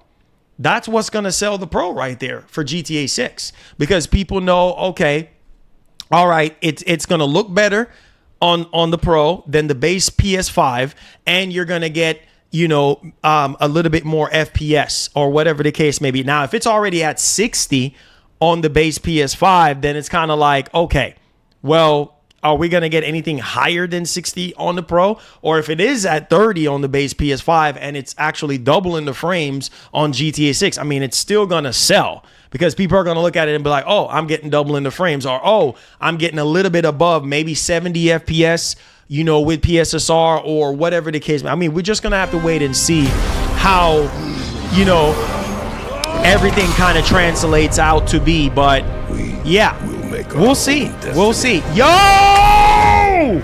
Keith with the 20 gifted. What the heck? What the? Whoa! Oh my God. Keith is a madman. Yo, thank you so much, man. Yo, Keith, thank you so much, bro. Thank you so much, man. 20 gifted subs. Holy mother of God. That is insane. Thank you so much, Keith. Thank you so much. Everybody with gifted subs, make sure you go to the community tab where you'll find access to all your perks. Add me on PlayStation. Send me a message. We'll be putting out the Discord later today. An update for the Discord link so you guys can get into the Discord there. I hope you guys become permanent members. Shout out to the elite member Keith. All of you guys, man, that throw in and help our community to grow. I love you guys. Thank you so much, Keith. God bless. Cordarius, all of y'all. Y'all know who you are. Thank you. But we're going to end this off. We're going to end off this video real quickly here, and then we're going to chime in on our own thoughts on this. This upgrade, like who would you recommend it to as a friend?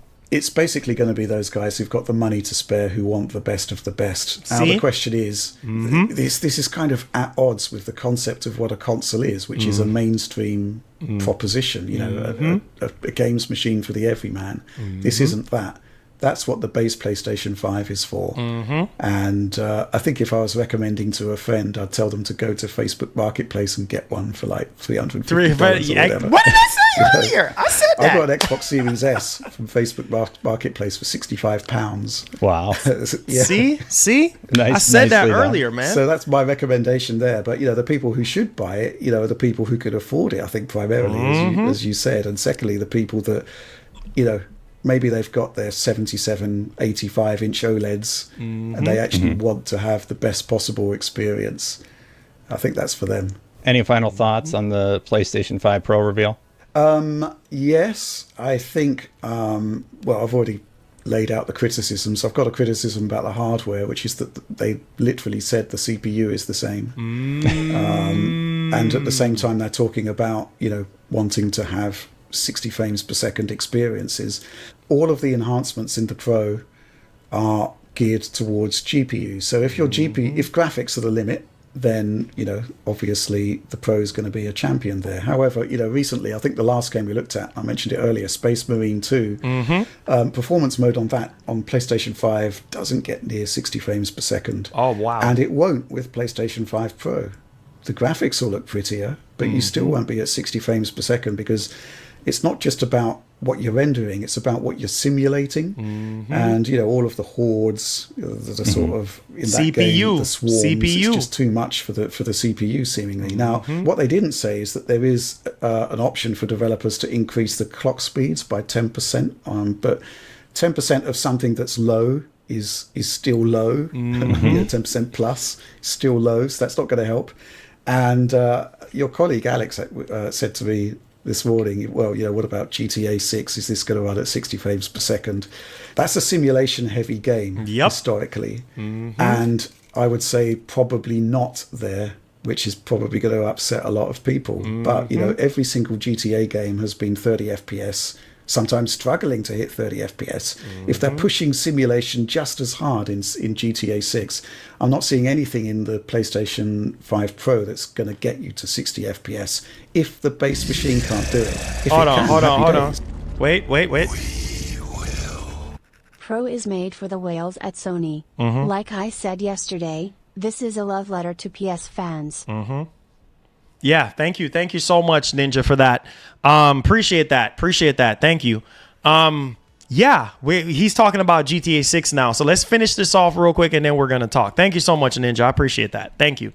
5 Pro that's going to get you to 60 FPS if the base machine can't do it. If it can, happy days. You know, but if it can't, unhappy days. Yeah, unhappy. Yeah, that does make me wonder, will GTA 6 move the needle for the Pro as much as I've thought it will? Because if it's not going to be that drastic of an increase in terms of performance and in terms of fidelity, I do wonder if people decide to make the jump, because that game will sell hardware. Exactly. Period. It is going to be the biggest cash cow for any console manufacturer. That pause.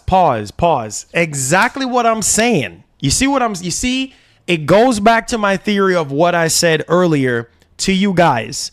I said with the Pro and Sony having marketing rights, it just doesn't make sense for people to make that jump. I told you guys that if it's at 60 FPS on the base PS5 and and with PSSR and the resolution on the base PS5 is 1080p or maybe 1440p at best, with PSSR it's going to upscale that 1440p or upscale that 1080p and get it maybe closer to 4K.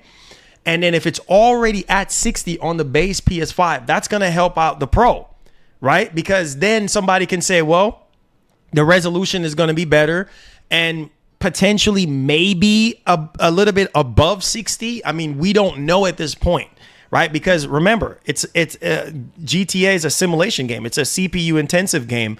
So being that developers have only a 10% window there to overclock the CPU or whatever the case may be, that's not really a whole lot. So it's kind of like if it's at 30 on PS5, then it's going to be harder on PS5 Pro to get to 60, and it's going to be harder for people to make that purchasing decision to buy a Pro. You see what I'm saying? That's what I was saying earlier. Like, it's going to be a tougher sell. So we don't know. Nobody knows. And we're just going to have to wait and see and hope that it runs at 60 on base PS5. And then if it runs at 60 on base PS5, then it's going to run at 60 on PS5 Pro and maybe a little bit better. I mean, we're just going to have to wait and see, because or else nobody is going to buy this machine. So why market? That's what I'm saying. That's the crazy part. Why market GTA 6 right next to a Pro machine that's already expensive to play it at 30 frames? That makes no sense, because then people are going to be like, nah, screw that. I'm not buying this. I'm just going to keep my base PS5. You see what I'm saying? It makes no sense. So we don't have all the answers. We don't have all the answers, and we're just going to have to wait and see what Rockstar, because historically speaking, every single GTA game that has come out ran at 30 frames. You see what I'm saying, on console. So it's like, I don't know, like that's the thing. I wish with the PS5 Pro that we could have gotten a refresh CPU. You know what I mean? A CPU that maybe have some more cores, more threads, whatever the case may be. And if it, at least giving us at least 30 to 40% uplift from the base PS5, then we could see a little bit more gains there. But being that it's just 10%, you're not going to really see anything. You know what I'm saying? And having the same exact CPU. And it worries me, because GTA 6 is a game that it seems like Rockstar is going to be raising the bar with not just graphics, but also gameplay, and then also everything that's going on into the actual world. So it's just... Rich is incorrect. Not all GTA has been 30 FPS. The last GTA got a 60 PS patch long ago. Sony and Rockstar know this. Well, this is what I'm saying though. I'm just saying from like the older GTA games. I'm not talking about that particular GTA game that you're talking about with the patch. I'm just saying, because GTA 5 got patched. What I'm saying is, like, the older stuff, that's what he's talking about, right? Historically speaking, has ran at 30 frames. But what I'm saying is that in order for this years later, you see what I'm saying? Like, they patched it. They patched GTA 5. GTA 5 was running at 30 frames when it came out. It was running at 30 frames. They just now patched it. So what I'm saying is, like, in order for it to make sense for people to buy the PS5 Pro, it better be running at 60 frames on PS5 Pro, because or else people are not going to buy it. they're going to be like, nope, it just doesn't make sense. But yeah, everything else before GTA 5, 30 frames on consoles. And, you know, it's just like, you know, 360, 30 frames. PS4, 30 frames. You know what I'm saying? Like, so, GTA 5, they just patched that. You know what I'm saying? For it to run at 60. So GTA, and look at what's the other game? Real quick. What's the other game? God. Red Dead Redemption. Come on, guys. Red Dead Redemption is still running at 30 frames. You see what I'm saying? That's my point. Red Dead Redemption is also another game that's very complex to run, and that game is still run to this day, still running at 30 doggone frames on consoles. So it's just like, again, man, you know, it's just one of those things where, you know, people are saying, man, they should update, you know, Red Dead Redemption to run at 60. And it's like, bro, like they haven't even done that. And I don't know. Like I said, I don't know, man. We just going to have to wait and see what Rockstar is going to be able to do. But I just feel like Sony knows this and Rockstar knows this. In order for this machine to sell, like it has to run it at 60. It has to. Or at least close to 60 FPS. Because if the base PS5 is at 30, doggone it, the PS5 Pro better be close to 60. Or else nobody is going to really want to buy that machine. So just like they said earlier. So you just got to, bear those things in mind, man. You know, and understand that, hey, a lot of these games were running at 30 frames before. So we just got up out of 30 frames, and we're still getting 30 frames this generation. 30 FPS has not gone anywhere. A lot of these games, these more CPU intensive games, more simulation intensive games are running at 30 frames. Look at what he just said about what's that game called? Space Marine. You know what I'm saying? How CPU intensive that game is. All them freaking hordes of creatures running around and all that type of stuff. It's the same thing with a Plague Tale Requiem. Y'all don't remember a Plague Tale Requiem? 30 frames, maybe. I think they had a 40 FPS mode or something like that. But all them freaking rats, 300,000 freaking rats. That's a lot of stress on the CPU. You know what I mean? Because that's a lot of simulation going on. So it's going to be very taxing on any hardware to simulate a lot of those freaking rats or a lot of things going on in the environment. It's the same thing with GTA. GTA, same thing. A lot of stuff going on into the world. So GPU is not going to really just carry you. You need that CPU, bro. You need that CPU. You need that CPU to match the GPU so that you won't run into any sort of bottleneck situation going on. So the more you understand that, the better it is. And I think that's the Achilles heel to the PS5 Pro. The fact that it has the same CPU as the base PS5. That's the Achilles heel. But with PSSR, it's going to be interesting to see how PSSR does some of that heavy lifting for some of these CPU intensive games. Am I making sense to you guys? So we'll see on that. Is able to support the title. Yeah, I mean, they could have vastly improved image quality, possibly, extra draw distances, better ray tracing. I think they're using ray traced GI in GTA 6 based on the trailer that we saw.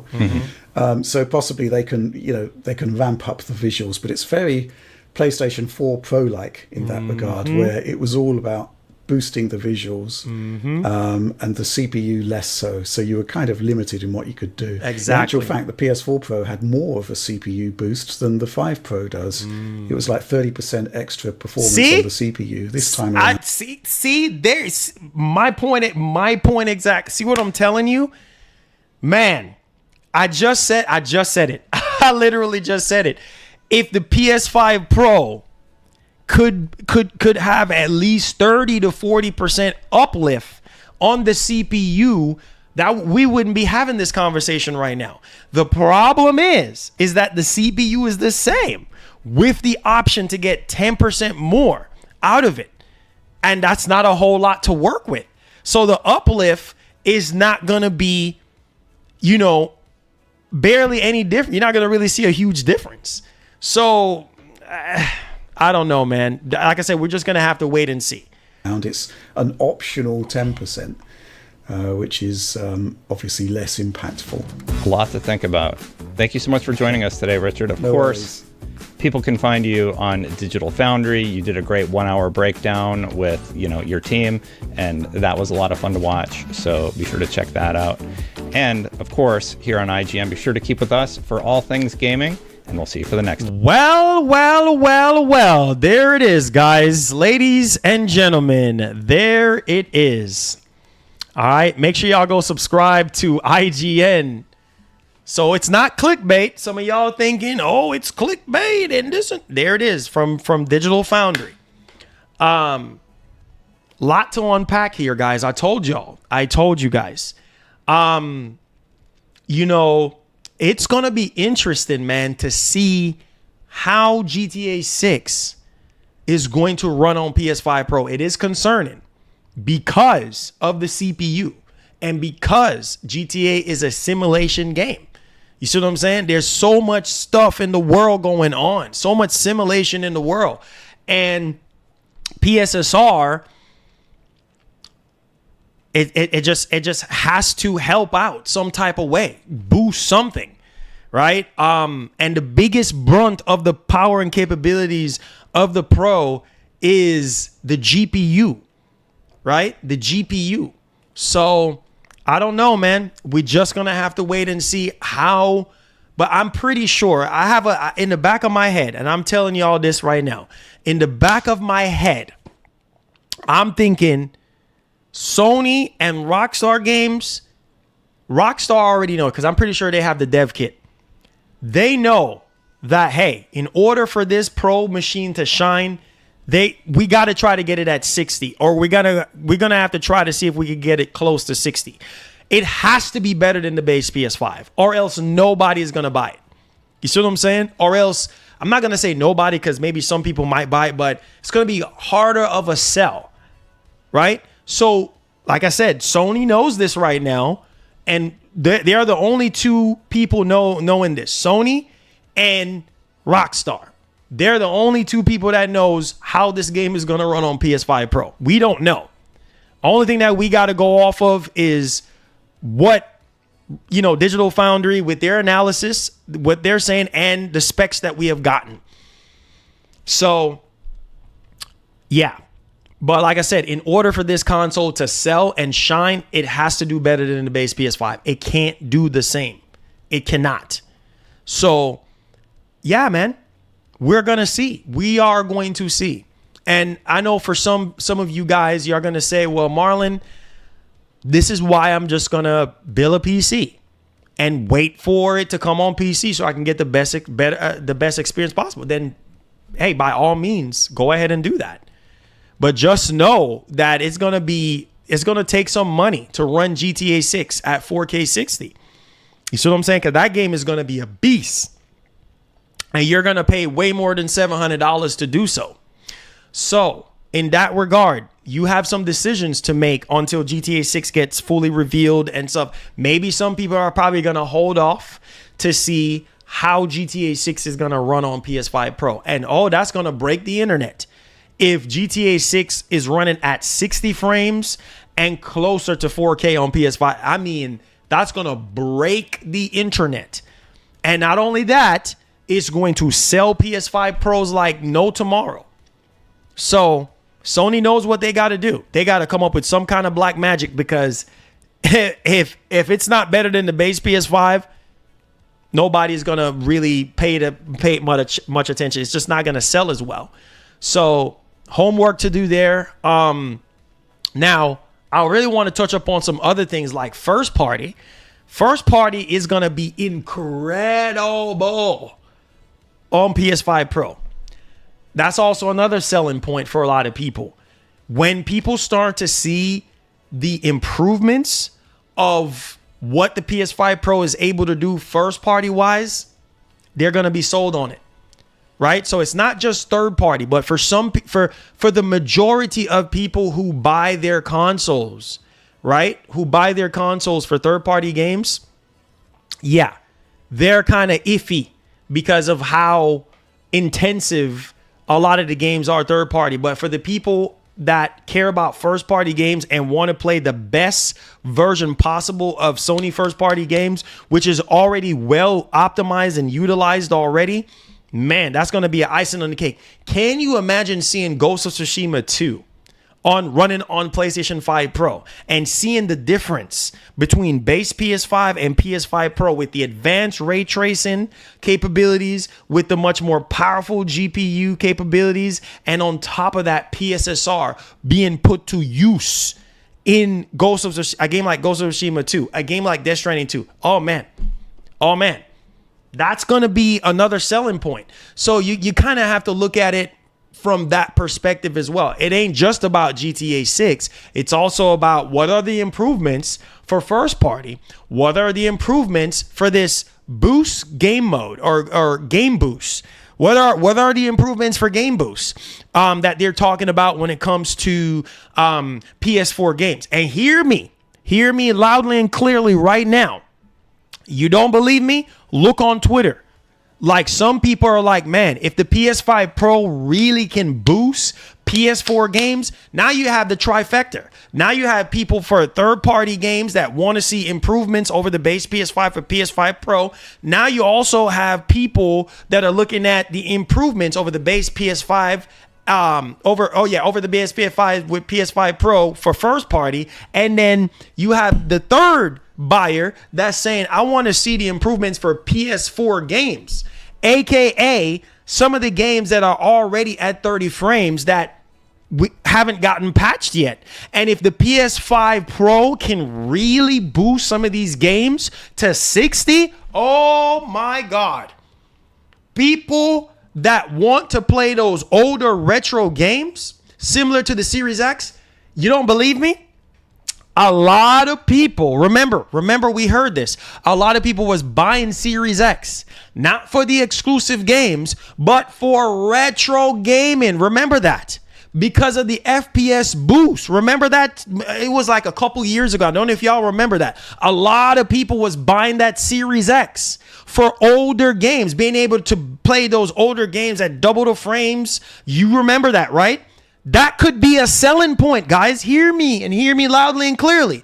If Sony and Mark Cerny comes out and say, listen, this is how PS5 Game Boost works, right? And it's literally doubling the frames. Oh, man, bro, our dreams might come true for Bloodborne. Can you imagine popping in Bloodborne into your PS5 Pro and being able to play Bloodborne at a higher resolution and actually doubling the frames? Oh, man. That console would sell. It would sell even more. It's not Rockstar's responsibility to sell PS5 Pro. Nope. It's not. It's Sony's job. It's Sony's job. And that's what I'm saying. Sony knows this. Sony knows. Sony's not stupid. They've been doing this for 30 years. They know in order for the PS5 Pro to sell, this thing has to perform better than the base PS5. So like I said earlier, however they work out that magic, they're going to have to work it out, because if people find out that the performance is the same or almost the same, it's just going to be a tougher sell. But if people can see some sort of differences between PS5 Pro and base PS5 when it comes to GTA 6, yeah, it's going to sell. If they can see a difference, it's going to sell. And right now, there is a lot of unanswered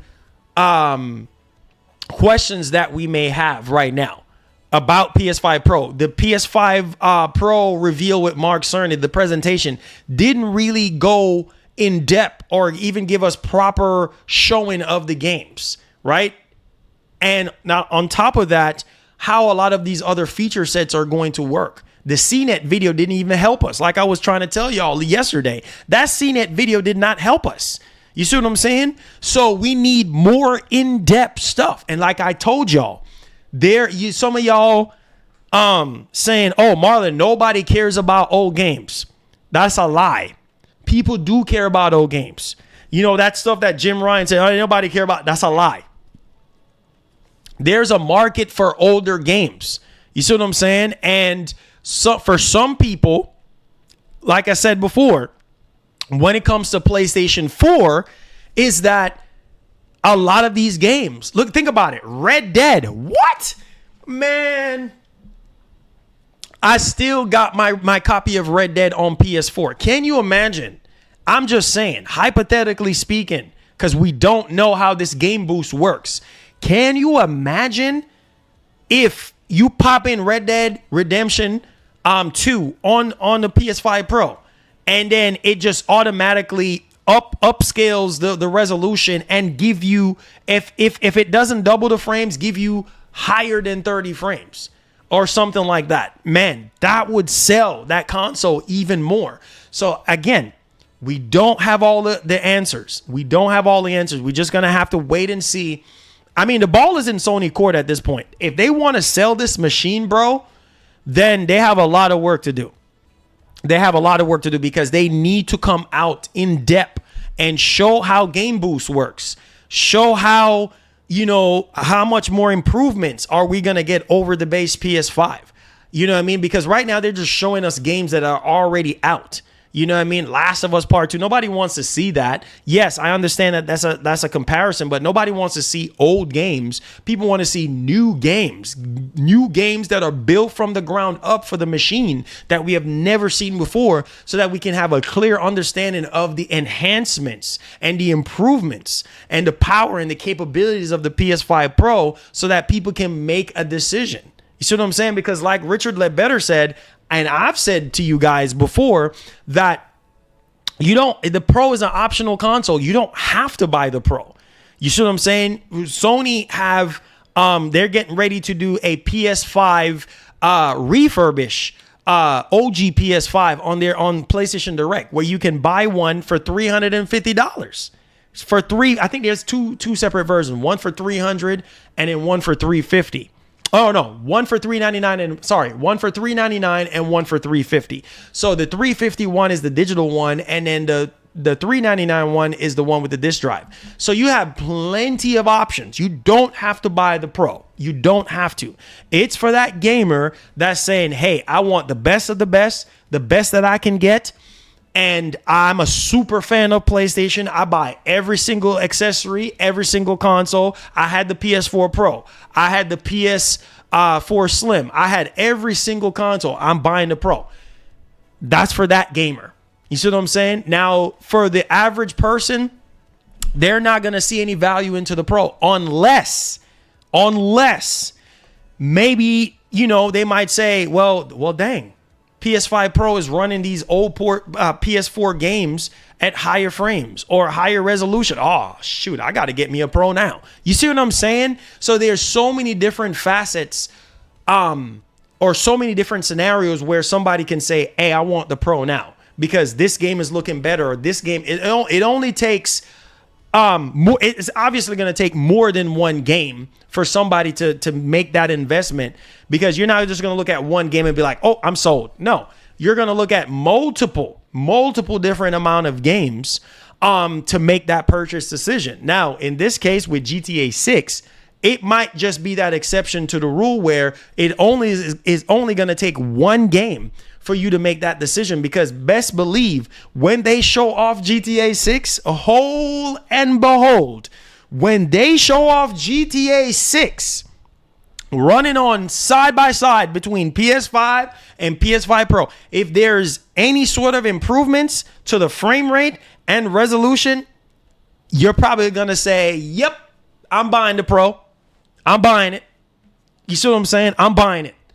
And if it's a much more smoother experience, and the graphics looks better, the performance is better, or you're getting a much more smoother, stable performance than the base PS5, you're gonna get it.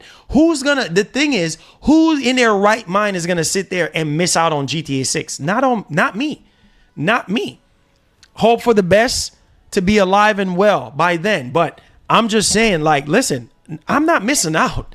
I want to be able to play GTA 6 the best way I can play it.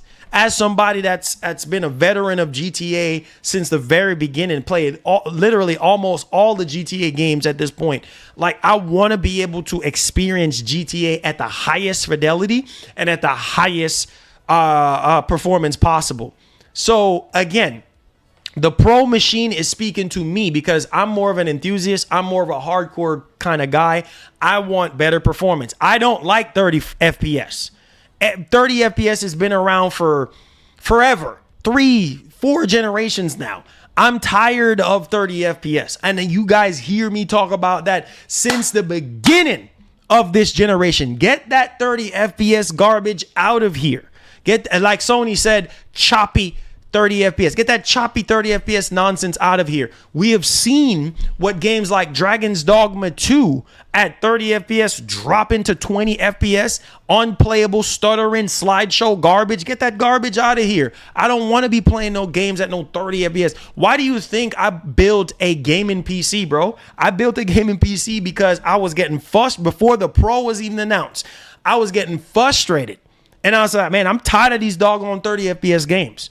I want to be able to play these games at higher frame rate. And at the time, I could afford it with the helps of financing, financing some of the parts. And the rest of it is what I had saved up. And then the rest of it was from you guys. And then the rest of it came from me getting rid of the Series X and making up the difference to build over $3,000 PC. My point exactly.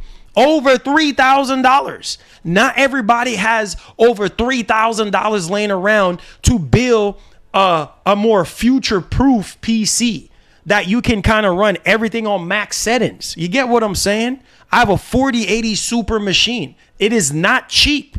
It's not cheap. And the beautiful thing about the board that I have into this PS5, it's an AM5 socket, which AMD have already said that they're going to be supporting the AM5 socket beyond 2025. That's hooray for me, because I could upgrade the CPU and get way better performance right now if I wanted to. But I'm okay with the CPU inside of what I'm streaming on right now, the same $3,000 PC. So hear me and hear me loudly and clearly. This is why I was trying to explain to y'all. Not every single person can build a $3,000 PC. Not every single person can build a $1,500 PC. If you cannot afford that, then that is where console gaming comes in. I made the impression of showing you guys, look at this. Who wants to sit here, right, and grab this bad boy? Hey, babes, where you going? I'm going to the next room. I'm going in the back cave right now. Doggone it. This PC is heavy, bro. Woo! God. Woo! Who wants to go room to room with a PC? Who wants to go room to room? Not me. I don't want to have to be picking up this big old 20, 30 pound PC and going from room to room. Oh, let's hook it up to the OLED TV, my 65 inch. Or let's go in the living room. I don't want to pick up this big old bulky, heavy, ugly freaking PC. No. You okay, baby? Yeah, I'm okay. I'm just struggling. Nah, get that. No. That's where the console makes sense, because you don't have to worry about updating drivers and, dealing with all the Windows bullcrap error popping up on screen. And, oh, Marlon, did you update your Windows drivers? Did you update your graphics card? You ain't got to do none of that nonsense with consoles. You see what I'm saying? You just pop in your game and play. So you get in where you fit in at, guys. You know, different strokes for different folks. Some people don't mind picking up that big old heavy, bulky 20, 30 pound PC and carrying it around. If that's you and that's what you want to do, then that's completely fine. Or maybe some people have their bat cave or their man cave or whatever the case may be, and they have their PC set up in that particular area. But yeah, it's a luxury. The console gaming, it's a luxury, and it's getting very expensive. I told you guys before we watch this presentation, I told y'all don't listen to me. I told you guys, I said, listen, it's getting to the point where it makes you think what PlayStation 6 is going to cost. Technology is not cheap. And you heard what Richard Ledbetter said, right? He said that's probably the reason why the CPU is the same. Think about it. If they would have put a better CPU into that PS5 Pro, you honestly think it would be $699? It will be way higher than that. So listen to me and listen to me very carefully. You gotta cut back down on costs some type of way, right? And you heard what the man said too. He said he knew that Sony was going to make a diskless version of the PS5 Pro. It was going to be the only version. He said it. Richard Ledbetter. He was right on the money, saying that there was only going to be one version of PS5 Pro, right? And that's why he went out and bought the disk drive, right, to prepare himself for the possibility of just having just no disk drive. And he was right, and he got the disk drive because he jumped on board before it got crazy. Now you're looking at drives sold out at most retailers, and then I showed you guys yesterday upwards of $400 for a disk drive. So listen to me, man. You have to understand what is going on, right? You have a decision to make. Is either you're gonna wait. I'm gonna tell you this right now. Obviously, you can't pre-order the PS5 Pro. What I would do if I were you is wait until Sony shows some new games. Wait until Sony goes in depth more with the PS5 Pro to show you the results that you're looking for before you make the purchase decision. You see what I'm saying? Don't just jump on the hype train. Oh, I'm buying PS5 Pro. I'm buying PS5 Pro. Because $200 more, $250 more, right? Depending on taxes and wherever you are, that's a lot of money. And you want Sony to come out and explain PSSR, explain game boost, explain, a lot of different advanced ray tracing. How is all this stuff going to work? How all of these numbers, 67% more, 28% more faster RAM, blah, blah, blah, 45% more, how all of these numbers are going to equate to real world performance. Some of y'all don't care about all that, computer geek stuff or computer nerd stuff. Some of y'all don't care about all that numbers and ray tracing and this and that. Some of y'all care about is real world performance. How much better is the Pro going to be over the base PS5? That's a question that's lingering in everybody's head right now because CNET didn't do much and freaking Mark Cerny's video didn't do much in terms of the differences. So that's my thing for you guys. So there's that. I told y'all we had a lot to cover in terms of the PS5 Pro. So I hope the IGN coverage with Richard Ledbetter and Destin kind of helped a little bit. We kind of give you kind of a ballpark of what to kind of expect from the PS5 Pro, and then me throwing in my thoughts in there as well. And then some of you guys as well. Some of y'all are some computer whizzes. You guys already know the vibes on that. So we do have another topic to go over and discuss, and it has to do with the PS5 Pro. So let's go ahead and let's dive into this now. This is a game that I very much so love, and it's Black Myth Wukong. Contender for Game of the Year for sure, next to Astrobot. And let me tell you this right now. That game is a beast to run right now. It's a beast to run on the base PS5 because the frame rate is all over the place. It does not look that crisp when it comes to the performance mode on the base PS5. Check this information out. All right, let me go ahead and let's read this and let's discuss this to you guys. Hit that like button, subscribe to the channel if you are brand new. All right, so this is coming from Digital Foundry. Listen to this. Black Myth Wukong is I quote, tailor-made. Are you hearing this? Tailor-made for PS5 Pro. That's crazy to believe, right? Oh boy, this is what I'm telling you guys. So Digital founder Richard Ledbetter has suggested that Game Science Black Myth Wukong is a game that has been tailor-made for PS5 Pro and has given a number of examples of how the game's performance can be improved on the new system. Speaking in an article on Eurogamer, Ledbetter offered some idea as to what a PS5 Pro version of Black Myth Wukong would offer by using a NVIDIA RTX 3070 Ti, which he notes seems to offer much the same features of the mooted for PS5 Pro. Now, listen to this one right here. Quality mode resulted in superior results, with image quality seeing a huge improvement due to the machine learning based upscaling. However, Ledbetter notes that we didn't know if Sony's PSSR can match this, but using a base 1440p resolution does result in standout quality.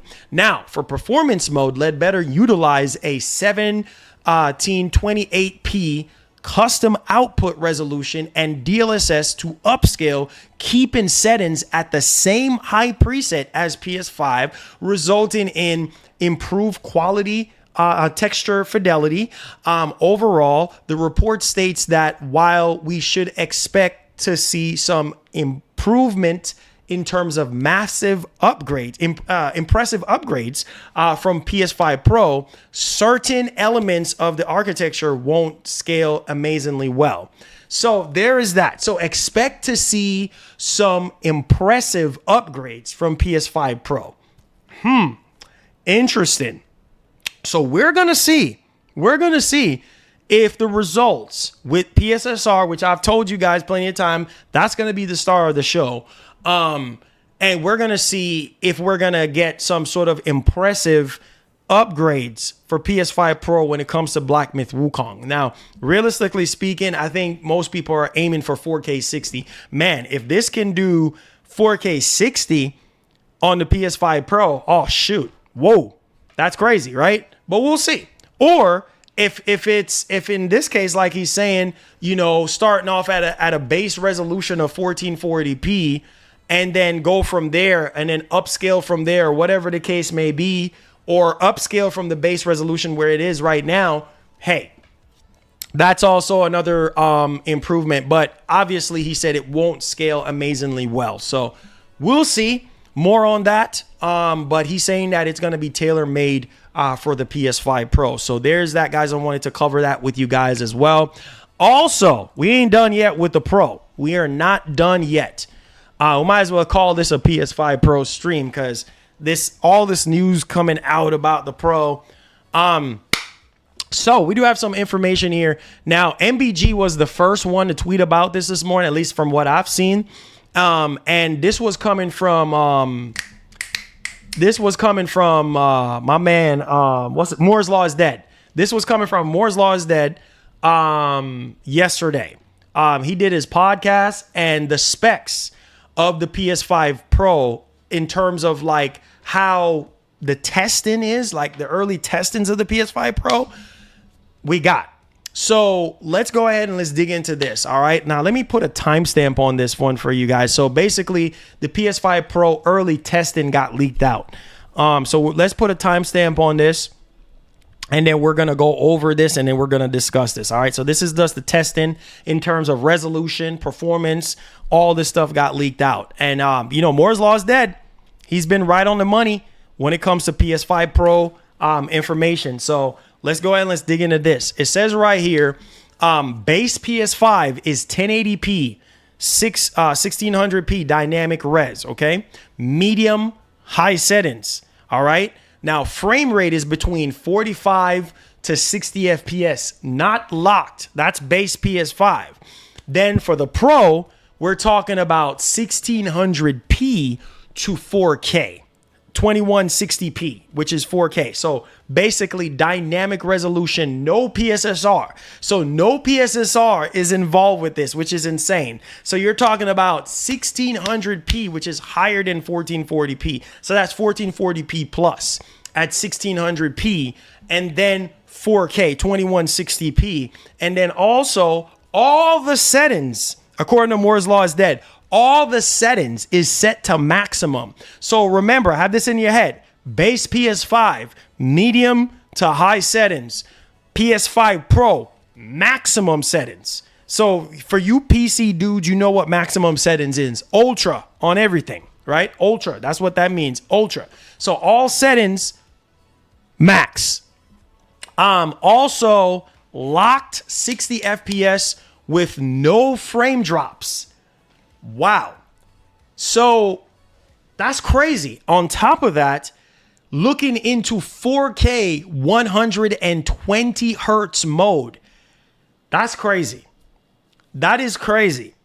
Because depending on the game, man, that is crazy.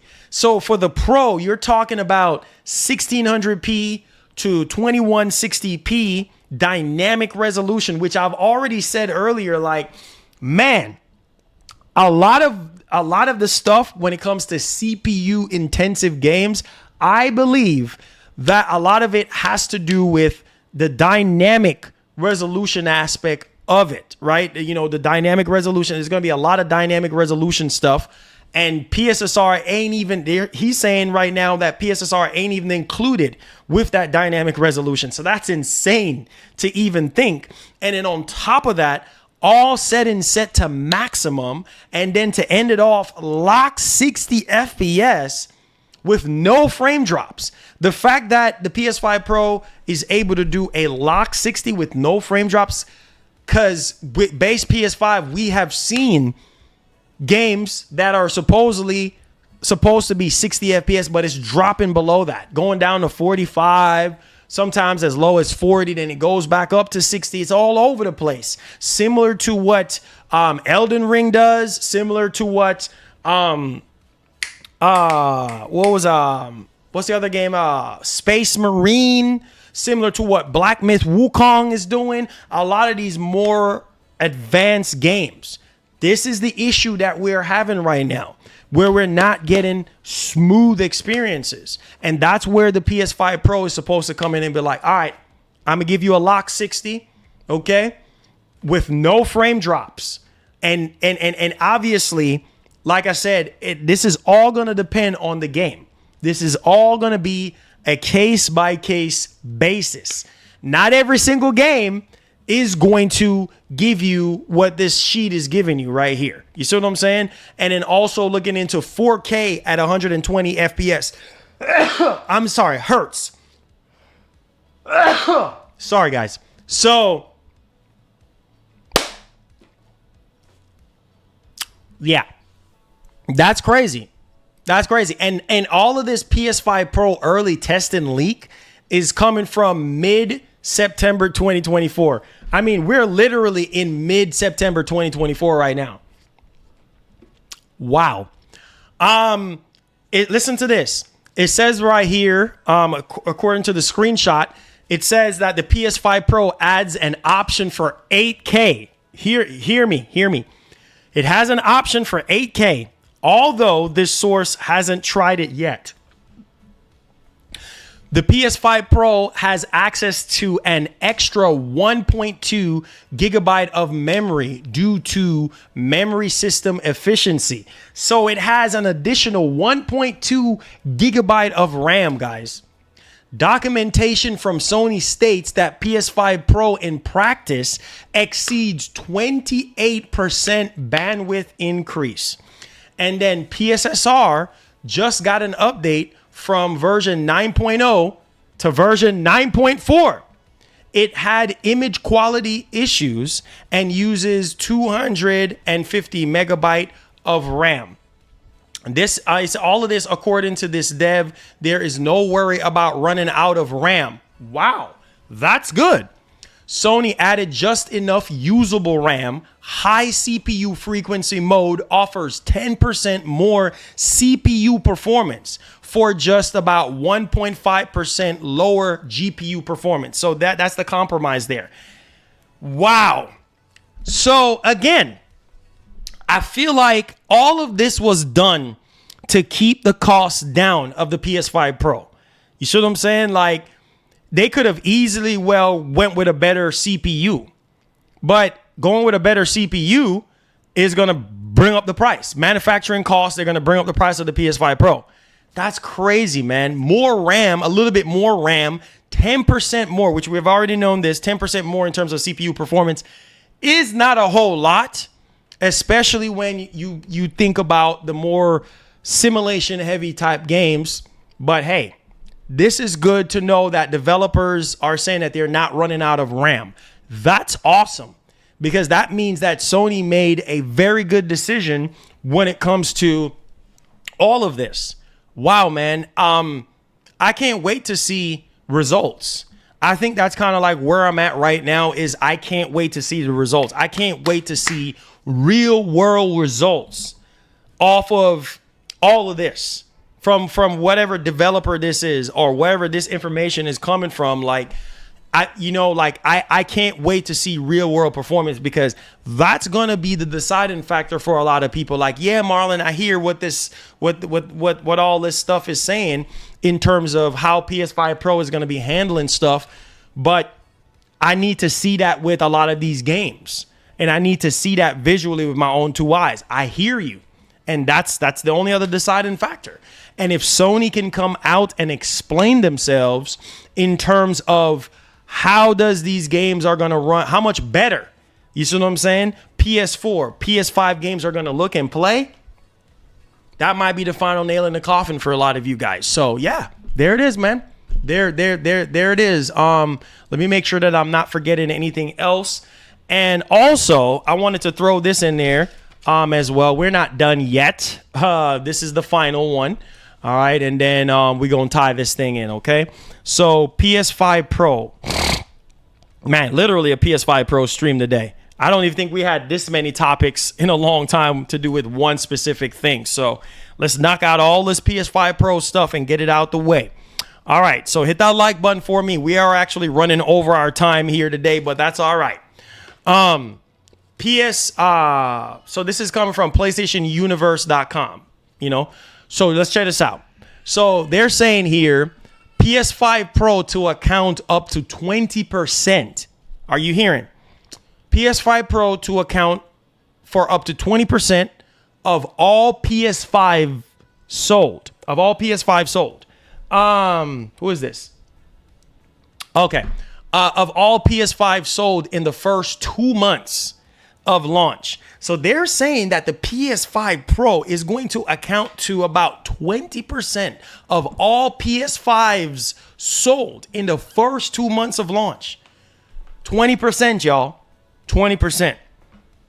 So right now, GamesIndustry.biz has published an article musing on how well the PS5 Pro will sell, with Circana Matt over there predicting that Sony's high-end console could account for up to 20% of all PS5s sold within the first 2 months on sale in the US.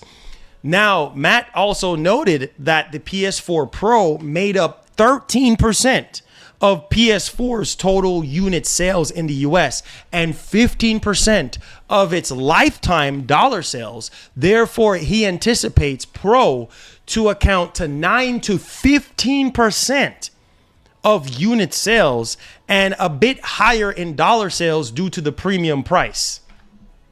There you go. There you go.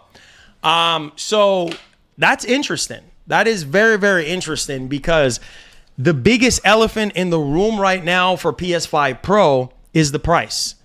And like I said, there are 10 to 20% of PlayStation fans out there that are going to buy this machine off the rip. You see what I'm saying? It's a very small core number of people that are saying, hey, I want more frames. Hey, I want better performance. so I'm gonna buy the PS5 Pro. Not every single man that have a PS5 is saying, I need the Pro. That's just not how it works. It's the same thing with the PS4 Pro. Not everybody that had a base PS4 wanted a PS4 Pro, because back then the narrative was, oh shoot, PS4 Pro is a waste of money. It ain't even native 4K. It's checkerboard 4K. So I'm not buying it. You see what I'm saying? We will make our own destiny. There you go. There you go. P's Direct is the spot. Now if we can cop is a different story with error messages. See, that's what you guys are going to be up against. You guys are going to be up against the scalpers. The scalpers are going to come out in full. I mean, they're going to come out in full. Right? Unfortunately, that's just the way it is going to be on September 26th. I hope some of you guys who want the Pro is going to be able to get it, but it's going to be a uphill battle. Oh, what a world it would be if we did not have scalpers and everybody can just buy whatever they want to buy with no friggin' compromises, with no friggin' scalpers. But we live in a world where people are greedy and selfish and just want what they want for themselves. And those people I'm talking about are scalpers. All they care about is money. They don't care about somebody who generally really want this machine and want to get it for MSRP. We have looked at the price on eBay already. I don't know if you guys remember this, but I've showed you guys this, right? Where PS5 Pro is already available. Already available. You see what I'm saying? What time can you start pre-order PS5 Pro? They on the haven't. 26? They haven't. Sony haven't put out the time yet on when you can pre-order. But trust and believe. Yeah, we'll find out all the details pretty soon, maybe next week. But they haven't given us, like I said, time. As far as I know, I have not seen a specific time frame. But we're probably gonna get the time frame, like really, really, really soon. And so, like I said, there's listings of PS5 Pro already on eBay. No joke. You know what I mean? So that's what I'm saying. And scalpers, it's so annoying. They're going to be all over this machine. And they're going to sell it for $2,000 to $3,000. You know what I mean? And it's so annoying because who's going to sit there and spend on a already expensive machine for the mass? Who's going to sit there and spend $2,000-$3,000 on a PS5 Pro? At that point, if you're going to spend $2,000 to $3,000, you might as well buy a PC. Now I could sit there and tell you to your face, you're wasting your money. Why spend $3,000 on a PS5 Pro when you can build a PC that's going to last you years? I mean, and you can upgrade it. You can get way better performance. I mean, because $3,000, you're talking about a 4080 Super at that point. You see what I'm saying? A $3,000 PC. You're talking about a 4080 Super machine. And 4080 Super is better than a PS5 Pro. So if you're going to sit there and spend $3,000, build yourself a higher end PC. Which people are going to do whatever they're going to do. Some people are going to be like, no, I don't want a PC. I want a PS5 Pro. And I'm going to go ahead and pay the $3,000. Go ahead and do your thing, homie. Go ahead and do your thing. You got it like that? Go ahead and do your thing. You know what I'm saying? And at that point, there's no conversation to be had. Like at that point, it's just like, okay, well, go ahead and spend $3,000 or go ahead and spend $2,000 and get your Pro. Because best believe a lot of people are probably going to do that once they realize that, oh, shoot, I can't get my hands on this thing. And same thing happened with PS4 Pro. You know what I mean? So we'll see, man. We'll see.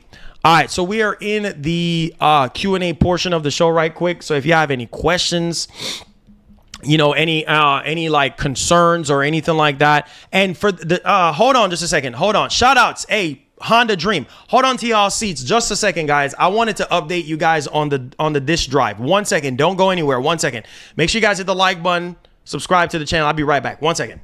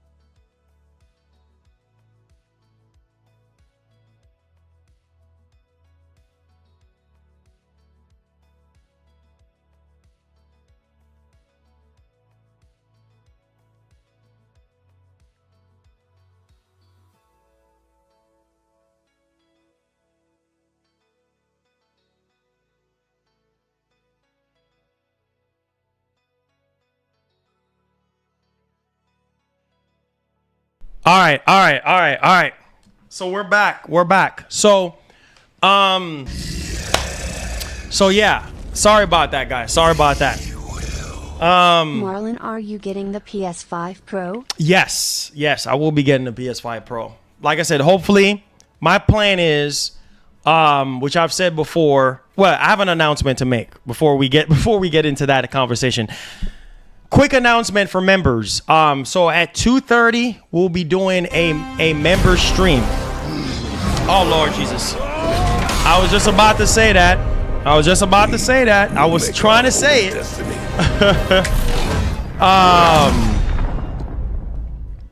Membership giveaway stream today 14:30/2:30 p Central Time. Okay, there y'all go. Y'all heard it, right? Y'all heard it. So yeah, we're doing a member stream at 2:30.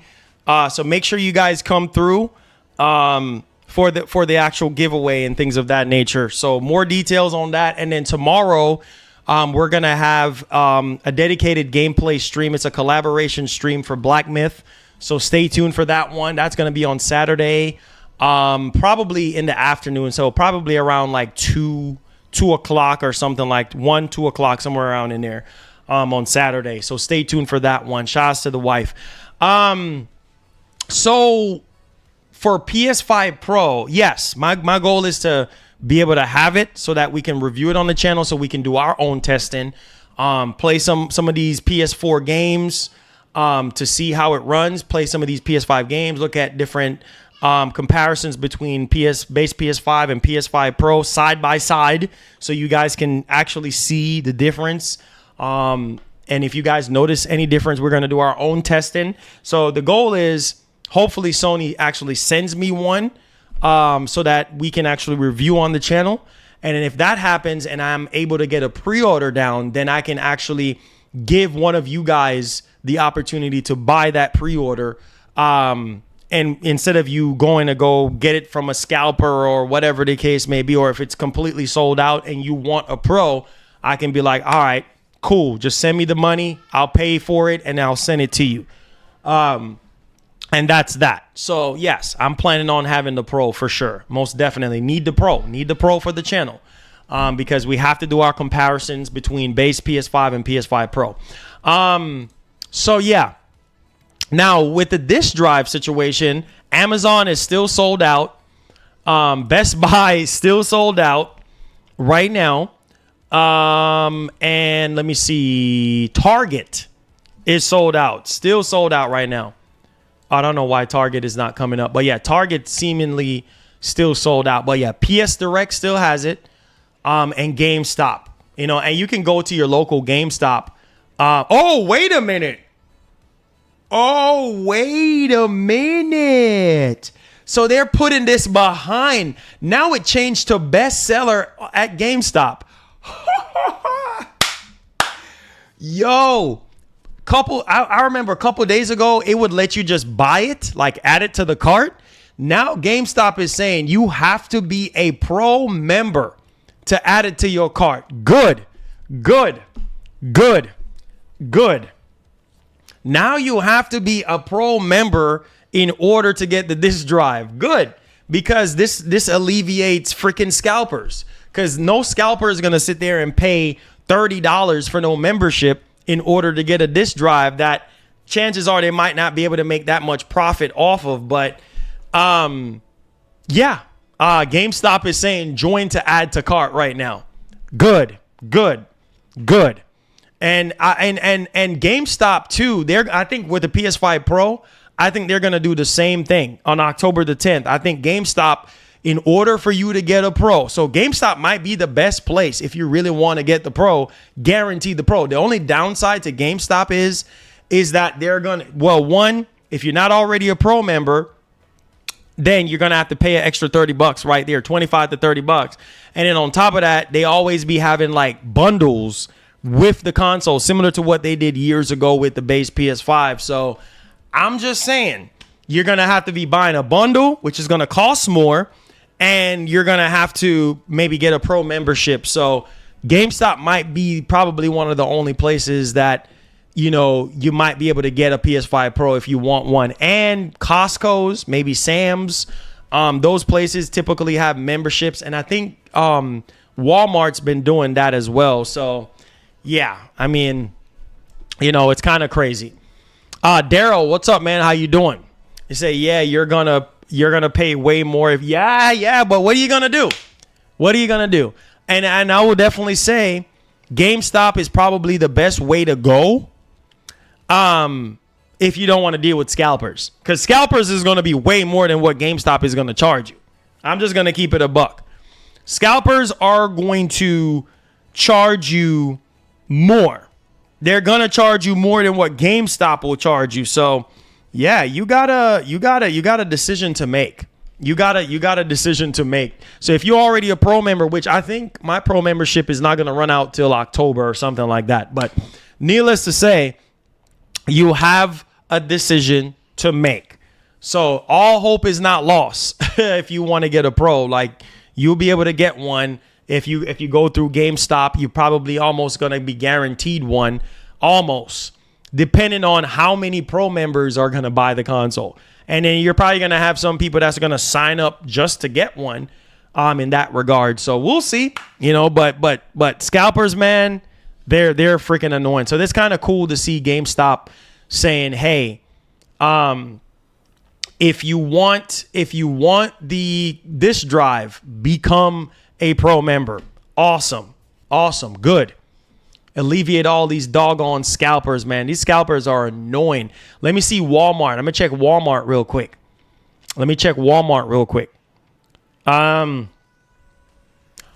Walmart is sold out. Walmart is sold out. This is funny. Walmart is sold out. Currently, right now, Walmart is sold out. Out of stock. So there you have it. Walmart is generally sold out right now. So there you have it. There you have it. Sold out. So Walmart is sold out.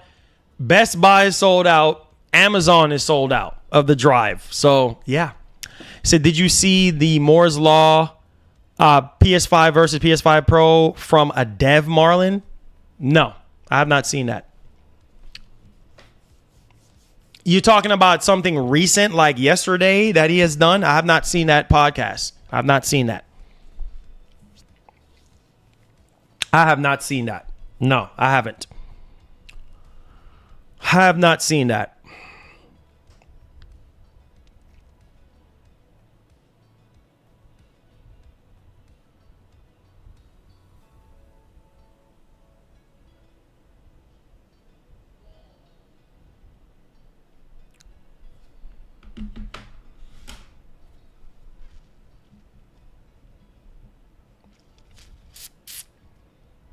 I have not seen that at all. Let's see here. Any more questions, guys? Any more questions? Moore's Law is Dead released a dev comparison. Looks impressive. Yeah. Oh, you don't have to put the link, Mark. It's okay. I'll check it out afterwards.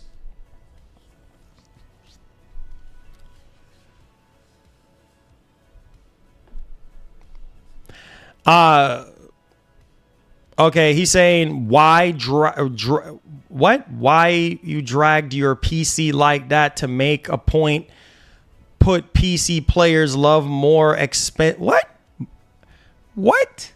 Why dragged your PC like that to make a point, but PC players love more expensive to their games? I feel that was this. What are you talking about, bro? What are you talking about? What? What are you talking about? It's like it's always some kind of negativity. Like, what are you talking about? I was trying to illustrate a point. God dang it, man. Listen to me, man. Like, it's always. I got my disk drive on the same day the PS5 Pro was announced because I knew the chaos is coming. Oh, for sure, Luis. Thank you so much, Luis, for the $5. Like, I'm just trying to illustrate a point. You know what I mean? Like, hey, some people don't want a big bulky PC, right? Some people want portability over something that is not portable. That was just my point. I was just trying to illustrate a point. It had nothing to do with any disrespectful anything towards anything. Like, it's crazy how you guys just pull some bull crap out of the air. Like, I don't understand. I really don't. It's always some kind of negativity. Like, every stream is always something. Like, I don't get it. I just don't freaking get it. I really don't. Clearly, like, I was just trying to illustrate a point between portability and non-portability. That's all it is. It's like, it makes no freaking sense, bro. It makes no sense. Like, if you don't have anything good to comment, just don't comment, man. Just please don't comment. Because it's a waste of time. It literally is a waste of time. You know what I'm saying? Like, you get my illustration. You get what it was, just an example. That's all it was. Nothing more. Dang, bro. Huffman, what's up, man? How you doing? He said, why would you need an 8 terabyte to play PS5 with no games? That's anybody's guess, my brother. That's anybody's guess. I don't know. That's other people's business. Hey, yeah, exactly, gaming, Jeff Rowe. Exactly. It's gaming. It's literally all I was doing. Oh, Lord Jesus. I can't with people, man. You cannot be serious. You cannot be serious. You cannot be serious, bro. It ain't even. That's why I say people take gaming stuff way too serious. You know what I mean? Way too serious. All I was trying to do was illustrate a point. That's it. That's it. You know what I mean? That's it. Like, stay tuned, Eddie. I have a review coming up for it real soon. You know how it goes. I have to update all the drivers and make sure everything is running, get all the benchmarks going and everything. Stay tuned for that stream. I have everything ready to go. I just have to update a few more things and I'll have that dedicated stream for the laptop. So stay tuned. Yes. We will. Here you go anyway. The div running his game on PS5 versus PS5 Pro is insane. Yeah, I'll definitely check it out. I'll check it out.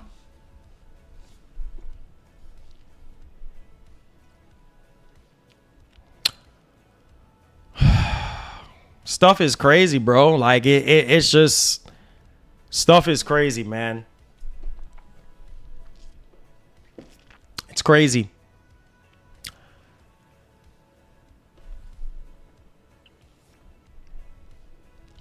No, Eddie. Like I said, how I do these reviews are, I have to open it up and do all the updates. Like, nobody wants to sit here for 2 to 3 hours or more for stuff to get updated. Like, everything has to be updated. Drivers has to be updated.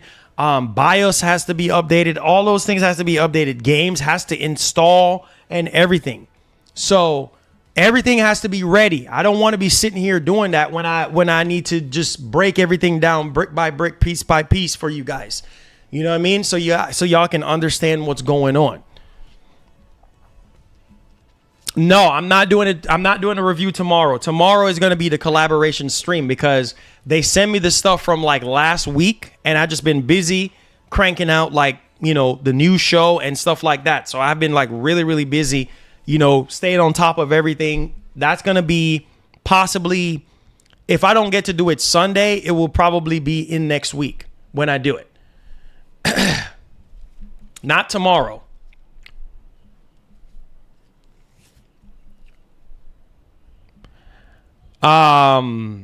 Kevin Barrett says, I look up to you. Oh, man, Kevin.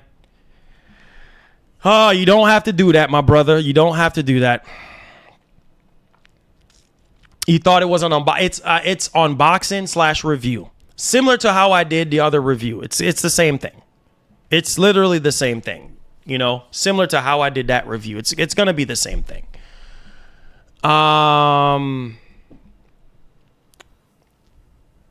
He says, Marlon, you should really fix up your Discord server.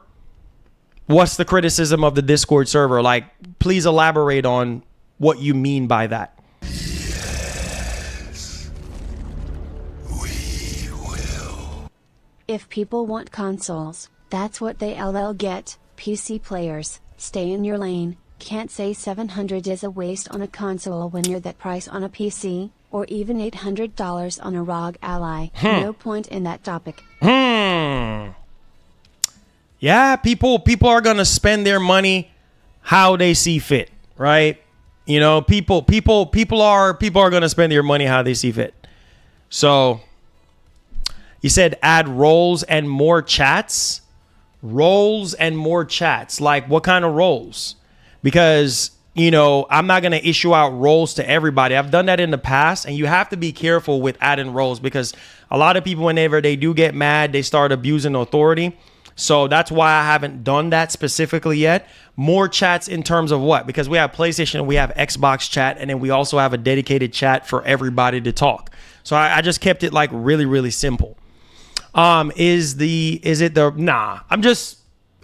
gonna surprise y'all with it. If you don't already know what it is, then I'm gonna surprise y'all with it. Let's see here. He says, I think I'm going to get a cheap $300 potato. Hey, then go get a $300 cheap potato then. You know what I'm saying? Go get a cheaper potato. You know? He said, good for you, Marlon. Says, Marlon, I've been on lots of Discord where people abuse power. Exactly. Like my wife, she's my manager, so she manages the Discord and she checks into the Discord daily and stuff like that to check and make sure nothing crazy going on. But man, my first Discord, like literally just I had to, like, it got hacked. And then all on top of that too, there was so much nonsense going on in there. I assign certain people to do certain things. They don't do it. Then they get mad. Then they remove people out of I'm not doing that again. So it's as basic and simple as it's going to be. And talk to people. You talk back to me. We have you guys talking on the Discord. I mean, on the members only podcast, and we keep it the way it is. Like adding all these different roles and this and that. I ain't got time for that. Because that's gonna start a whole bunch of nonsense that I don't want. So yeah, there's that. Says, I'm starting to think I am the only one knows GTA 5 is running at 60 on the base console currently, and Rockstar is gonna go backwards with new hardware. I don't know, man. We're a year and change away. I don't know. He said the price is in about, or overall console price is about how little you are getting from upgrading. It says, good for you, Marlon. It says, I've been seeing a lot of Discord people abuse. It says, I'm guessing it's a Razer laptop. It says, if the Pro can't do 60 FPS, then I'm not getting it. See what I'm saying? Let's hope for the best. All right. Because we don't know. The only thing that we're doing right now is assuming. We don't know. But to be honest with you, yeah, it logically speaking, it just has to do 60 because who is going to buy it? Or if it doesn't do 60, close to 60, who is going to buy it? You know? It says, I got 5090 and 5090 and experience I've seen was best. Hey, man, 5090 is going to be really expensive, bro. Says, can't wait for that collab video, Marlon. Keep up the good work. Hey, appreciate that. That's going to be tomorrow. So we're going to be doing that tomorrow. So make sure you guys come back tomorrow in the afternoon, probably like 1 to 2 Central Time. We'll do that. He says, if Xbox bring back FPS boost, Red Dead 2 would be running at 60 FPS on Series X. Man, there's a lot to be desired, my man, when it comes to those games that are locked at 30 right now. Jeff Grubb said yesterday that Sony will not show first-party games for the next State of Play.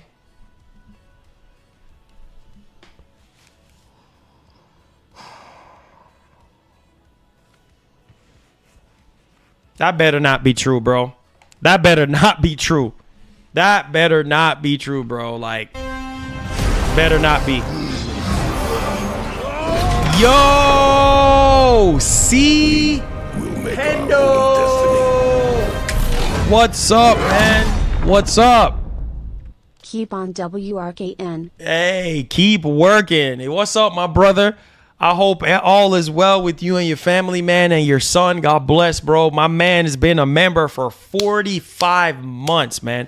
Round of applause to my brother C. Hendo, man. Much love. Thank you so much, man, for supporting the channel since day one, and you're still here. I hope all is well, my brother. Big ups, man. Thank you for your blessing, bro. Appreciate that. Yes, sir. Yes, sir.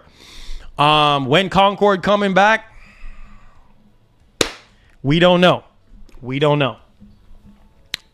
We don't know. I mean, considering how people behave, you know, about Concord and not really bought it or play it or anything, I don't think it's coming back, man. Yeah, I've heard about the Wolverine, the Razer Wolverine V3. I've heard about it. Yep. It's a pro controller for $200. I've heard about it.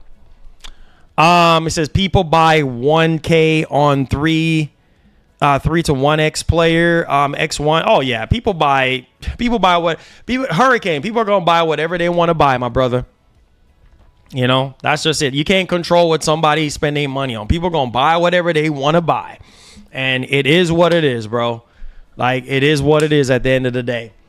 Killer says, for the state of play, I've been hearing too for not showing any first party games. That oh man, that's crazy, bro. That's crazy. That's crazy. That I don't know. I don't know what else to say. That's really bad. That is really, really bad. You know what I mean? Like, you don't have any first party games, bro. Like, why are you not showing the games? I don't know. I just talked about that at the beginning of the stream. I don't know, bro. I don't have all the answers. I don't know what to tell y'all. If that is true, that's going to be really bad, because Sony is long overdue at this point. They're long overdue. They're literally long overdue for a first party showcase. So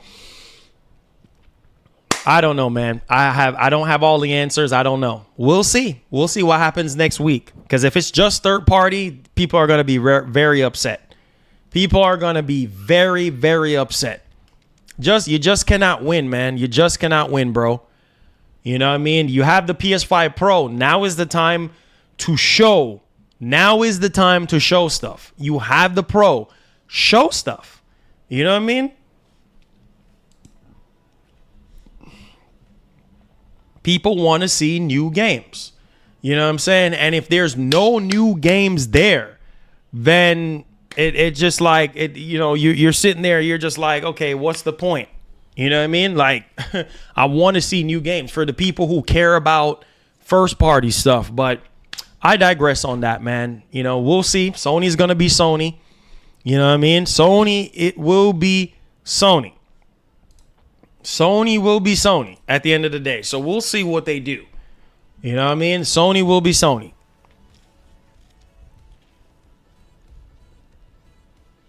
I mean, that sit-up, that's already confirmed. They're going to show off Death Stranding too, but we just don't know what else they're going to show.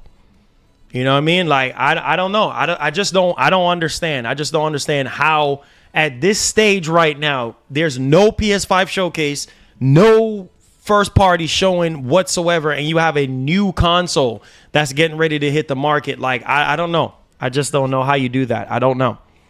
I don't have all the answers, bro. But Sony got to show new games, bro. They got no excuses. Sony got to show new games. They have to.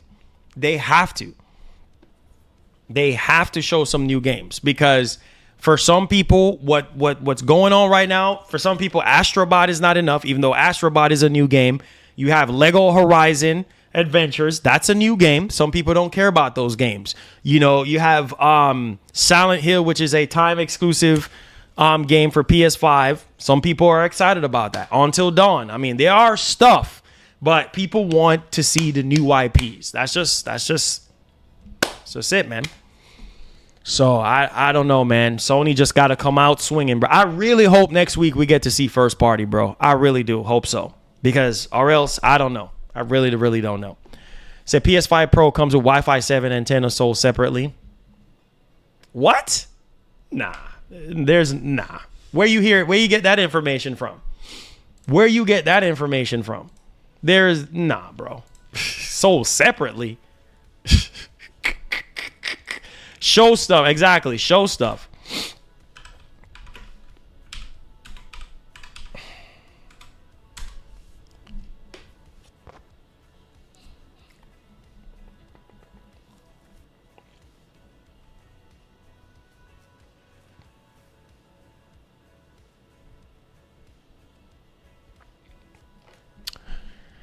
But yeah, guys. Anyways, I do have to get going because we're going to be doing that member stream at 2:30.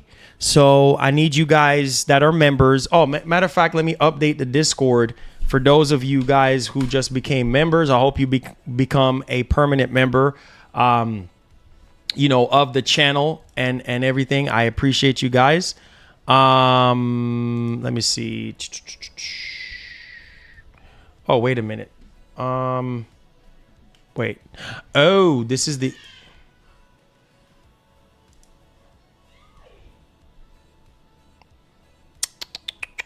Yeah, I'm gonna update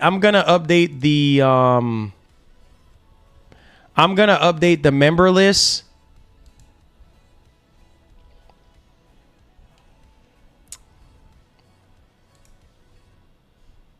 I'm gonna update the member list for you guys.